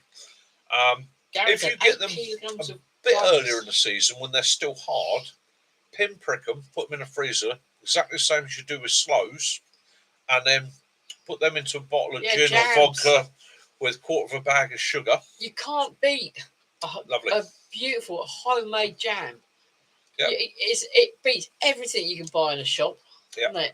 Yeah, absolutely stunning. And we used to do that, and people just don't collect. The question I always throw back to people: if I'm foraging something like that, and I'm not damaging the plant, I'm not scalping it, I'm not taking every ounce off of it. Run-toffs. What's the difference between blackberry picking? If you were blackberry picking, Lawrence, nobody would say a thing because it's an old country tradition. We all done it. We all do it. Blackberry picking. Nobody says anything about blackberry picking. It's exactly the same thing. Okay, if that damson tree isn't on private property and nobody's making use of it, take some. If it's on private property, if it's in somebody's front garden that's overhanging the pavement and they're not making use of it, go tap on the door. So, excuse me, do you realise that's a damson? They might not even be aware. They might be like, what the fuck is that? A friend of mine... Go and ask them and let them know. Say, it's a damson tree. Is it all right if I take a few? I'll make you a jam. A friend of mine had an apple tree in their garden, and their husband didn't like the fact that she gave them away. He'd rather see them rot on the ground. That's just tight. And it's just waste. It is waste because... Like apples, I love stewed apples. Stewed apples in the fridge, I can eat that like ice cream. I love it. Yeah. I mean, it's just one of the things that makes me laugh now. And with foraging, again, I promote foraging and forage responsibly. It is illegal. It is illegal. I must hasten to add this. It is illegal to take something without the landowner's permission, whether it be fruit, seed, leaf, or stem. Okay. However, it's a waste. What harm are you doing? And this day and age, go knock on the door. If they say, yeah, by all means help yourself, you bonus, you help yourself, they'll probably look at you and go, apple. if they're not harvesting themselves, they'll probably look at you and go, what is it? They go, it's damson. It's like a small, sweet plum. It's lovely. Okay, then you just pass the information on to them. Forage some. Especially if it's council land. So, you know, this And if day and age, no, everyone's short of money. If it's council land, blackberries, mate. Blackberry. That's You all pay I your council reiterate tax. to people time and again. They go, what are you doing? You foraging? Yeah, same as blackberry picking. You wouldn't say bugger all if I was picking blackberries. Yeah. Or would you rather someone got stung by Oh. it? You want the rotten fruit on the floor? No. Where I do get antsy, and I've come across it time and time again with land management, is when people come in and pick every mushroom in the woods. That annoys me. I've no problem with someone taking a few from home, but we used to have organised groups turn up in minibuses with baskets that would come in and scalp the woods so that they could go and sell them to the restaurants in London, or they'd send them to a mushroom handler who would then sell them to the restaurants in London and make a fortune out of it. And they would scalp it. They didn't even have the brains to say, we'll leave some to spore for next year. They would just scalp it. Some of our foreign members are aware, but we've got there used to be rights to put your pigs on common land. Yeah. And your horses on common land, because you could. Commoners' rights. Yeah, commoners' which rights. Still stands in some places. Your pigs in used the to UK. go out, eat the acorns, and then you'd have to eat the pig. In some places in the UK, you can still have commoners' rights because they've not been revoked by the local authority. Usually in places where it's not been a big deal. And if it hasn't been revoked by the local authority and you live within the boundary of that common, then you've probably got the rights to keep livestock out there. You'll have the rights to collect dry firewood out there. You'll also have the rights to put large livestock That's the trouble, on it. though, when people, they'll see a ring of mushrooms and they'll take all of the mushrooms. No, you don't take them all. You take some of the mushrooms and you go to another pack. They keep on spreading out. One for me, one for you, one for the fairy. Right? And you don't want to take for the face. So it was, I took one out of every three. And that was what I was taught as a kid. One for me, one for you, one for the fairy. So you literally, if you were harvesting field mushrooms, you only took every third mushroom, and that left 2 to spore. And then that meant and again, it goes back. A lot of these rhymes, a lot of stories, a lot of stuff that it goes back to our ancestors knew. If you took everything, it's gone. Let's leave it for next year. You wouldn't go out and shoot all the pheasants, because you want some to breed and make extra pheasants. TJ, yes, you are very right, mate. The largest living organism on the face of the planet is actually mycelium. It's fungi, and I believe the largest living one at the moment that they know of, they've traced it from side to side, runs from Germany and Switzerland. Night, Lucy, have a great time. Massive. We are talking hundreds and hundreds of kilometres in size. It is a massive mycelium. And again, when you look at any fungi, what you see, the fruit, what we call the mushroom, is just the sporing section. It's the fruit. The actual fungi is underground. It is a white, rooty type structure that runs for hundreds and hundreds of meters, sometimes kilometers, many times many miles, and it is one living organism. So when you look at that fairy ring, that's not like half a dozen different mycelium. That is one living creature, and that's its sporing ring. Lawrence, you're already asking the same thing I was thinking. Stick, so you flick your mushrooms. Sorry. Always. It's BLMs, yeah. Yeah, careful about the mushrooms, or the brownies will get you. Yeah, brownies and knockers, the fae, Oh, yeah, eat the wrong mushroom and you're going to get visited by the fairies, and again, that was teaching respect to children, wasn't it? It was teaching respect to people, and it was adding a bit of mysticism. A lot of the fairy tales are actually just common sense stories. It was teaching a lesson. He's only got a button one, sorry.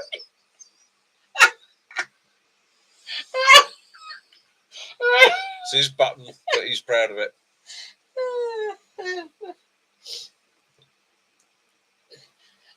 No, same with us, isn't it?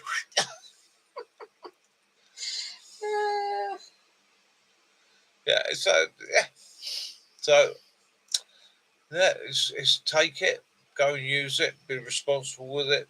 We used to do Look we? Used to after it. put a bit of tobacco out and a bit of Make an honey offering. cake out for the Make fairy an offering. tree. Yeah. Yeah, and again, it's for me that's a spiritual thing. That's don't take it without leaving something.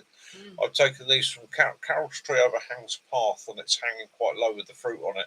People are starting to moan about it. So one of the things I'll do for her is I'll prune it back. But in pruning it back, I'll also have some of the fruit. I'll also give her some, and I won't take it all.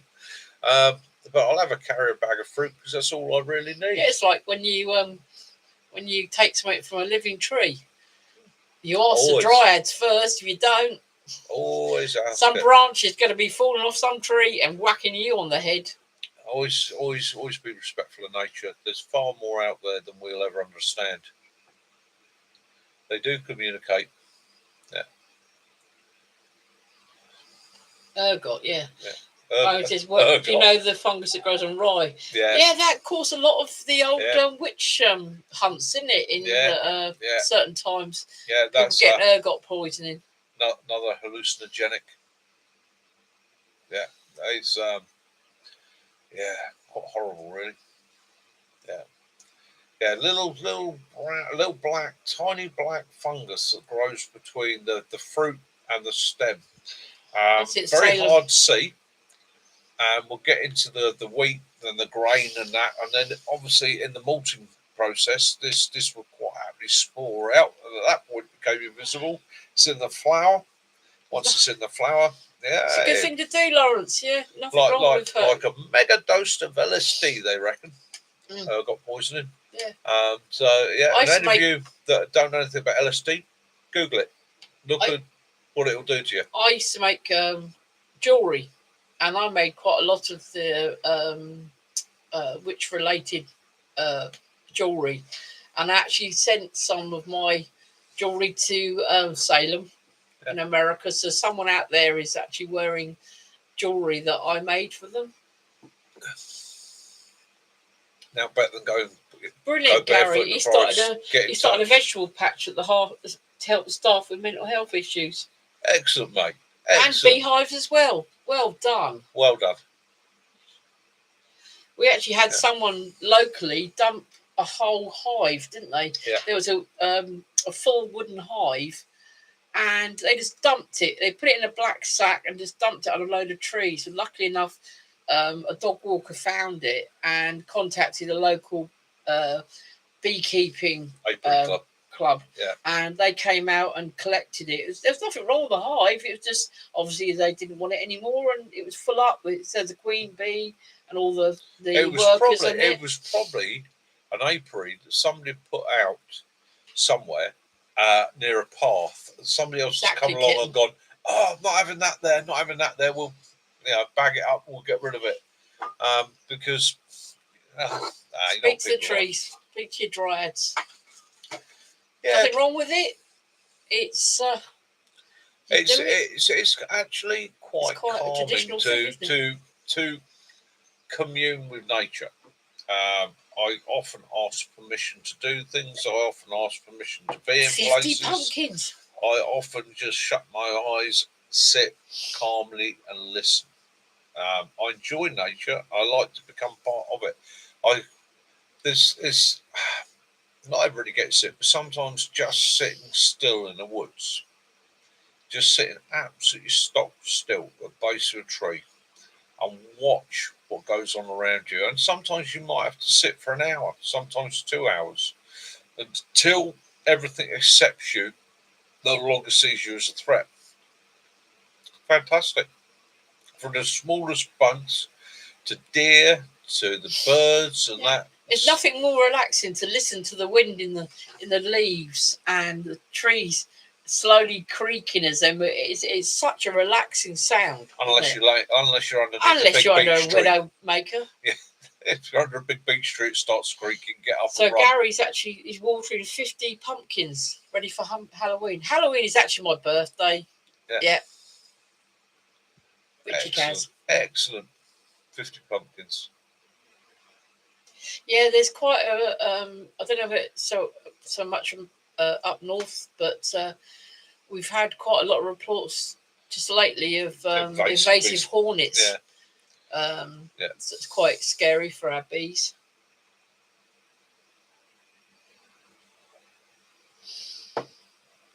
But yeah, it's a great place for meditation, going into the woods, just sitting there amongst the trees, or especially there's some sort of water trickling through as well. You love the sound of love water, that. don't you? I sit there for hours listening. Streams. Yeah. Paddling with the feet That's in the my water. happy place. Sitting there with their feet in the water. Yeah. Paddling like a Yeah. happy person. Exactly. Yeah. Until those days, I've got my positive potato. Yes, this is it. For those who didn't see it earlier, this is my positive potato. Yes. It's a positive potato. I may be tiny potato, but I believe in you. Go do your thing.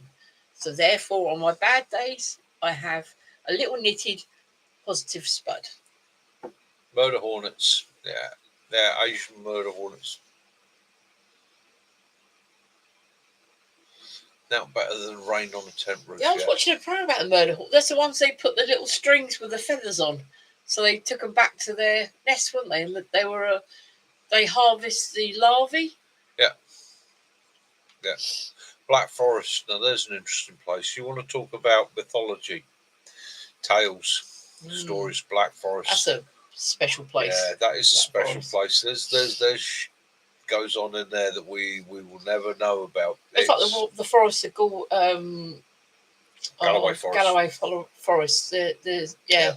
You go in certain forests sometimes and you feel something. It's Oh mate, Gary, you got hedgehogs. hedgehogs. You got hedgehogs. We haven't seen one for Brilliant. years. You know what? The numbers are so declined now. If you got hedgehogs there, look after them. They're special little critters, and they're so essential in the ecosystem.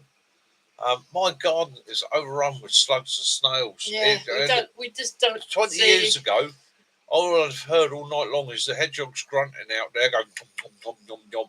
Now, I've got them. Yeah. So Mackie, where his flat, he's very lucky, and there's a woodland and back in Farmer Mac. Yeah, of the school, the wildlife whisperer. He has now got to throwing out bourbon biscuits because he's noticed the foxes. So not only has he got foxes, but the other day he sent me some photos of a fox laying there in the grass, and he was actually had 2 deer with it, and he gets squirrels and foxes, and they're all bourbon nuts because they know they sit in his window and look up and say, "Please, Mr. Mac, please give me a biscuit." And of course, Mac is the wildlife whisperer. He is the Scottish equivalent of the Australian guy. One that unfortunately lost his life. Steve Irwin. Yeah. He's the Scottish Creefstone equivalent to Steve Irwin. Yeah, unfortunately, as I said before, we have quite a large Nepalese community, and they really freak the Nepalese out when they haven't. I'll say we haven't seen any hedgehogs for years, but it used to happen. A friend of mine said, "This screaming, this woman was screaming," and I ran out of the house thinking, "No, she's being attacked," and it was this Nepalese old lady, and there was a hedgehog. And she'd never seen a hedgehog before, and she was screaming the place down. But no, we don't get. For old hedgehogs like that. Please don't kick me. Never stay. But no, we don't. We get Mac foxes. Irwin. Irvin. Yeah, we get foxes. There's a young fox in the garden the other day. But no, we get a lot of kites around here, don't we? Hell of a lot of kites. Yeah, we've got kites around here, buzzers around here, sparrowhawks. The kite, she's quite low because you often see her so clearly when she's flying outside the window. A couple of Christmases back, poor old Kaz, she sat there Christmas Day. Come Christmas Day, I had all these bird meal feeders for the family. The feeders got something special for Christmas, and a little flock of sparrows have come in and feed in, and she was stood looking at the little sparrows there on the cold Christmas day, feeling all good about it, and all of a sudden, there's a fish of feathers. Sparrowhawk, like that, sparrow, and it was on bloody Boxing Day. Then it stopped with the poor little sparrow right in front of the window and proceeded to to pluck him. eat it Yeah. right in front of the house. Poor Kaz, traumatised you, didn't it? We're Traumatised. very lucky we get. I mean, we're in a town. We're on the outs, in a Farnborough itself. Well, But literally, we get a lot of long-tailed tits. what do I call it? Rural. Yeah, we're not. No, we're so urban, aren't we? Urban, yeah, urban. Mile or two that way. I have seen a pheasant in one of the allotments going into literally it's a mile from the town centre. But I mean, a lot of the animals we just don't get it.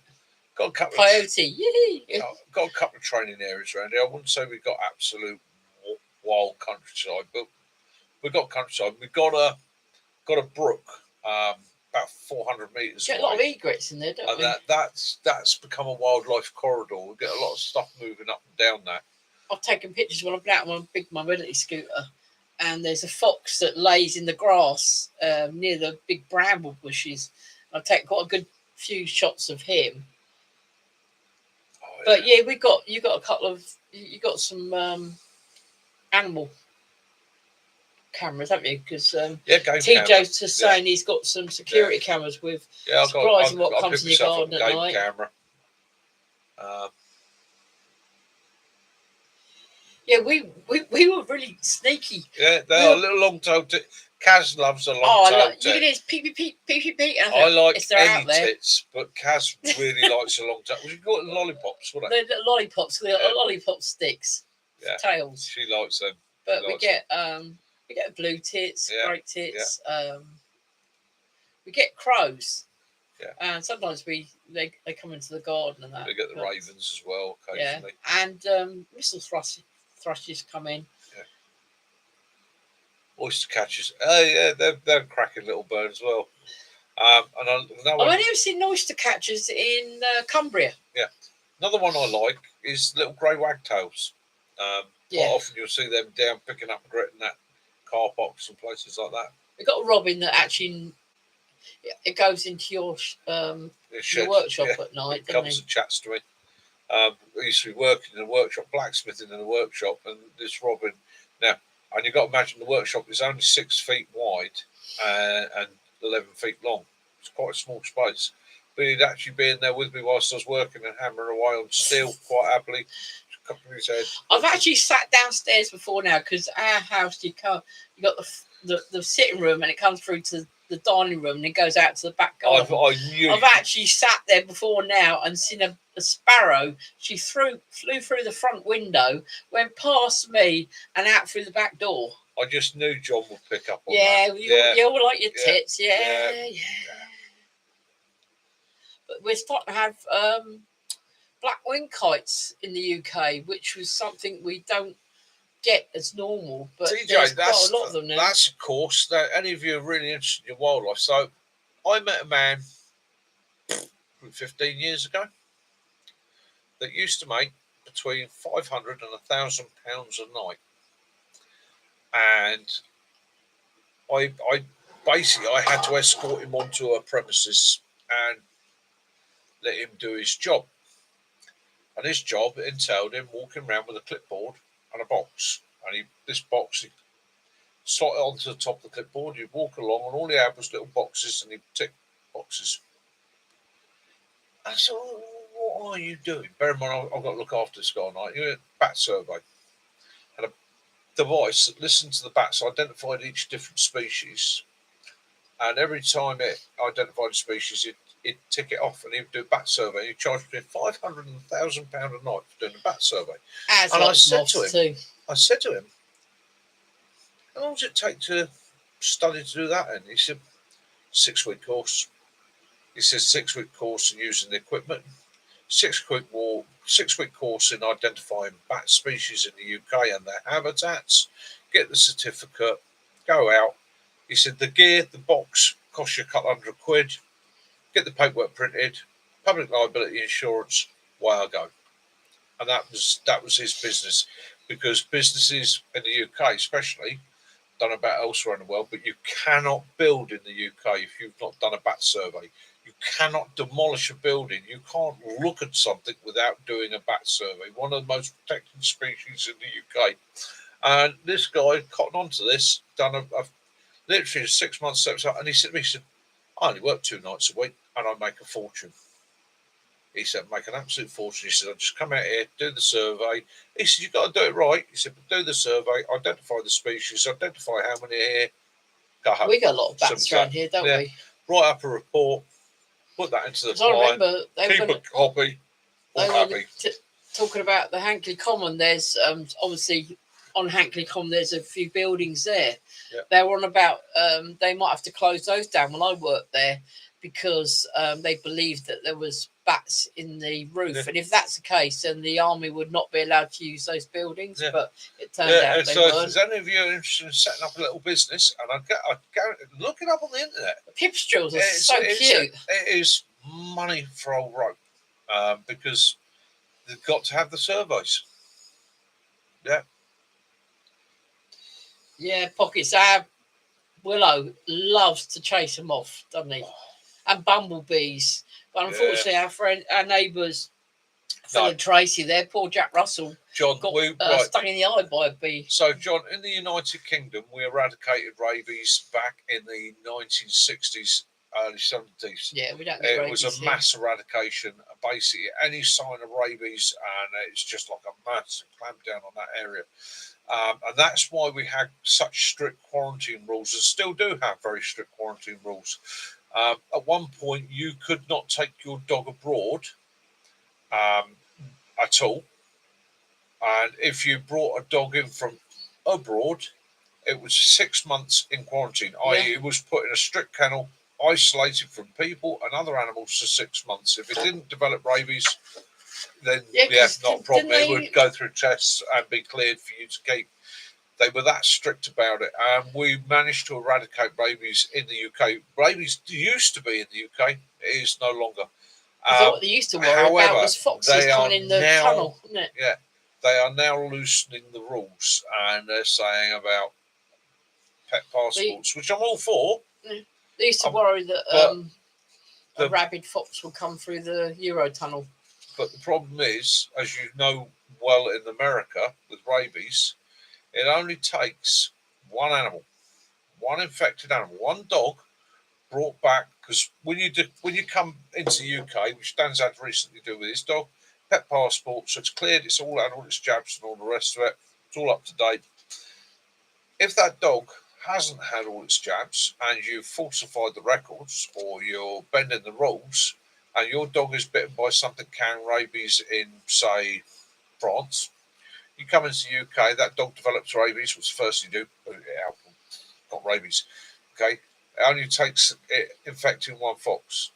That fox will infect hundreds of other foxes, will infect thousands of foxes.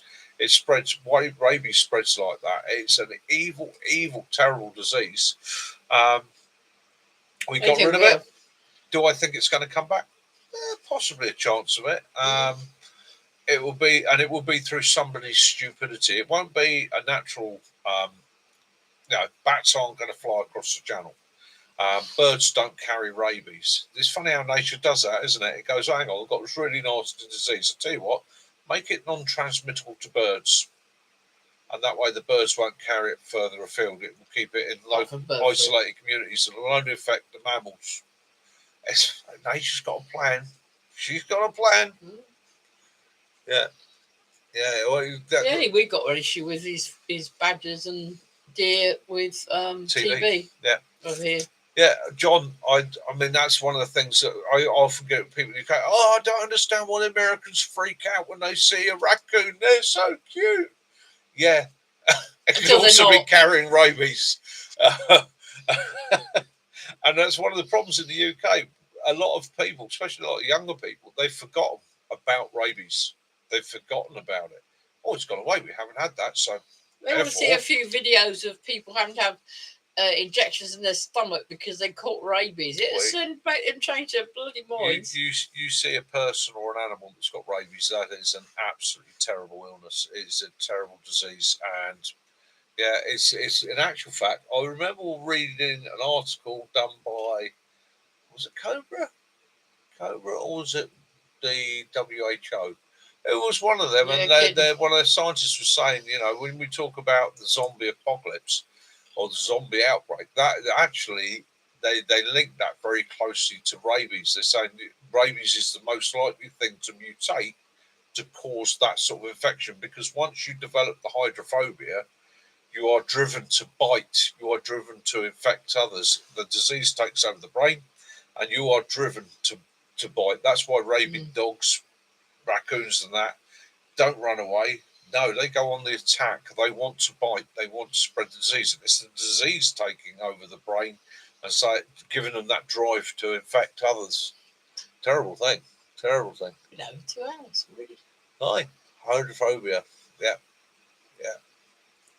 It comes from the fear of water. Thank you, Pockets. That means a lot. Thank you. Used to be one of the tests for rabies in people was, did they become afraid of water? That's really nice. Pockets has said. Mate, fantastic. Thank you very much. Thank you very much. Appreciate that. We were looking forward to it as well. Yeah. So we've got 2 hours to go. Yeah. Yeah, the afternoon gets a bit hectic. Good night, Ray. Have a good night. And right, yeah, guys, we're at the 2 hour mark. So yeah. It's good night. Yes, I feel a pastrami sandwich calling my name. Yeah, we're gonna have to work out a song as that. Good night, campers. See you. We used to go to a sort of nightclub in Hayling Island. They used to play Timey Kangaroo Down Sport as a last song, didn't they? Mad buggers. Why? I don't know. Yeah. John, same test for witches. Yeah, and could you link that insanity? Well, good night, all. Thank you for joining us. What I'm going to do, I'm going to give you 5 minutes. I've had to say good night to one another. Gin. Stay safe. Have a great week wherever you are, wherever you are in this world. Have a wonderful time. Ignore the ranters. Ignore the ravers. Gary, that's really sweet. Ignore the stupid. Don't like me bite. Don't let people hurt you. Have fun. Remember, I love you. Kaz loves you. Of course we do. Willow loves you. Yeah. Have an absolutely awesome week. And take good care. And Benny, if you're seeing this tomorrow, or if you're still with us tonight, fingers crossed for you. So excited for you, mate. Good night, all. Have a really good week. Janet, cracking video, sweetheart. Fantastic. See you doing really, really well. Absolutely awesome. Keep them coming. Keep them coming. Stay safe out there, Lucy. Yeah, good night, sweetheart. Yeah, don't put your axes anywhere near your gas. Yeah. TJ, take it easy, mate. Yeah. Elusive. I hope you're having a good time out there on dartboard. Just remember. If you need us, we can always come down. We can go down I'll be with you in a couple of hours. 4 hours that it takes me. I'll be there. Yeah, you'll survive the night. You'll be good. Sticks. See you later, night, Sticks. mate. Give it up to your family. Yeah, talk to trees. Get more sense. And that's my second Guinness going down. I've had 2 gins. Smaller gins than I had last time. Oh, that was good. That was good. But let all of you know that we really appreciate the support. Yeah, do from appreciate everybody, the support. And the meetups on the Sunday live. It's probably becoming actually one of the most important parts of the yeah, channel, isn't it? Yeah, it's like a birthday, isn't it? Yeah. Taking over, really. It certainly is. Right, that's that. Guys, stay safe, be good, get outside, have your adventures, take care, enjoy yourselves, have a wonderful time. So now's home time. Glad I was only 2 night shifts now. Oh, mate, yeah. Hate those shifts. Martin. Take it easy. Oh, yeah, toasty time for Kaz. Yeah. Angry Beaver time. Angry Beavers. Right, guys, have fun. This is me ending it. Stay safe, love those you do, forgive those you don't. And as always, peace and light be upon you all. This is Mickey, Kaz, Willow, and Mac Wishing you all the best. Mickey out. Have a good week. We had 27 at one point.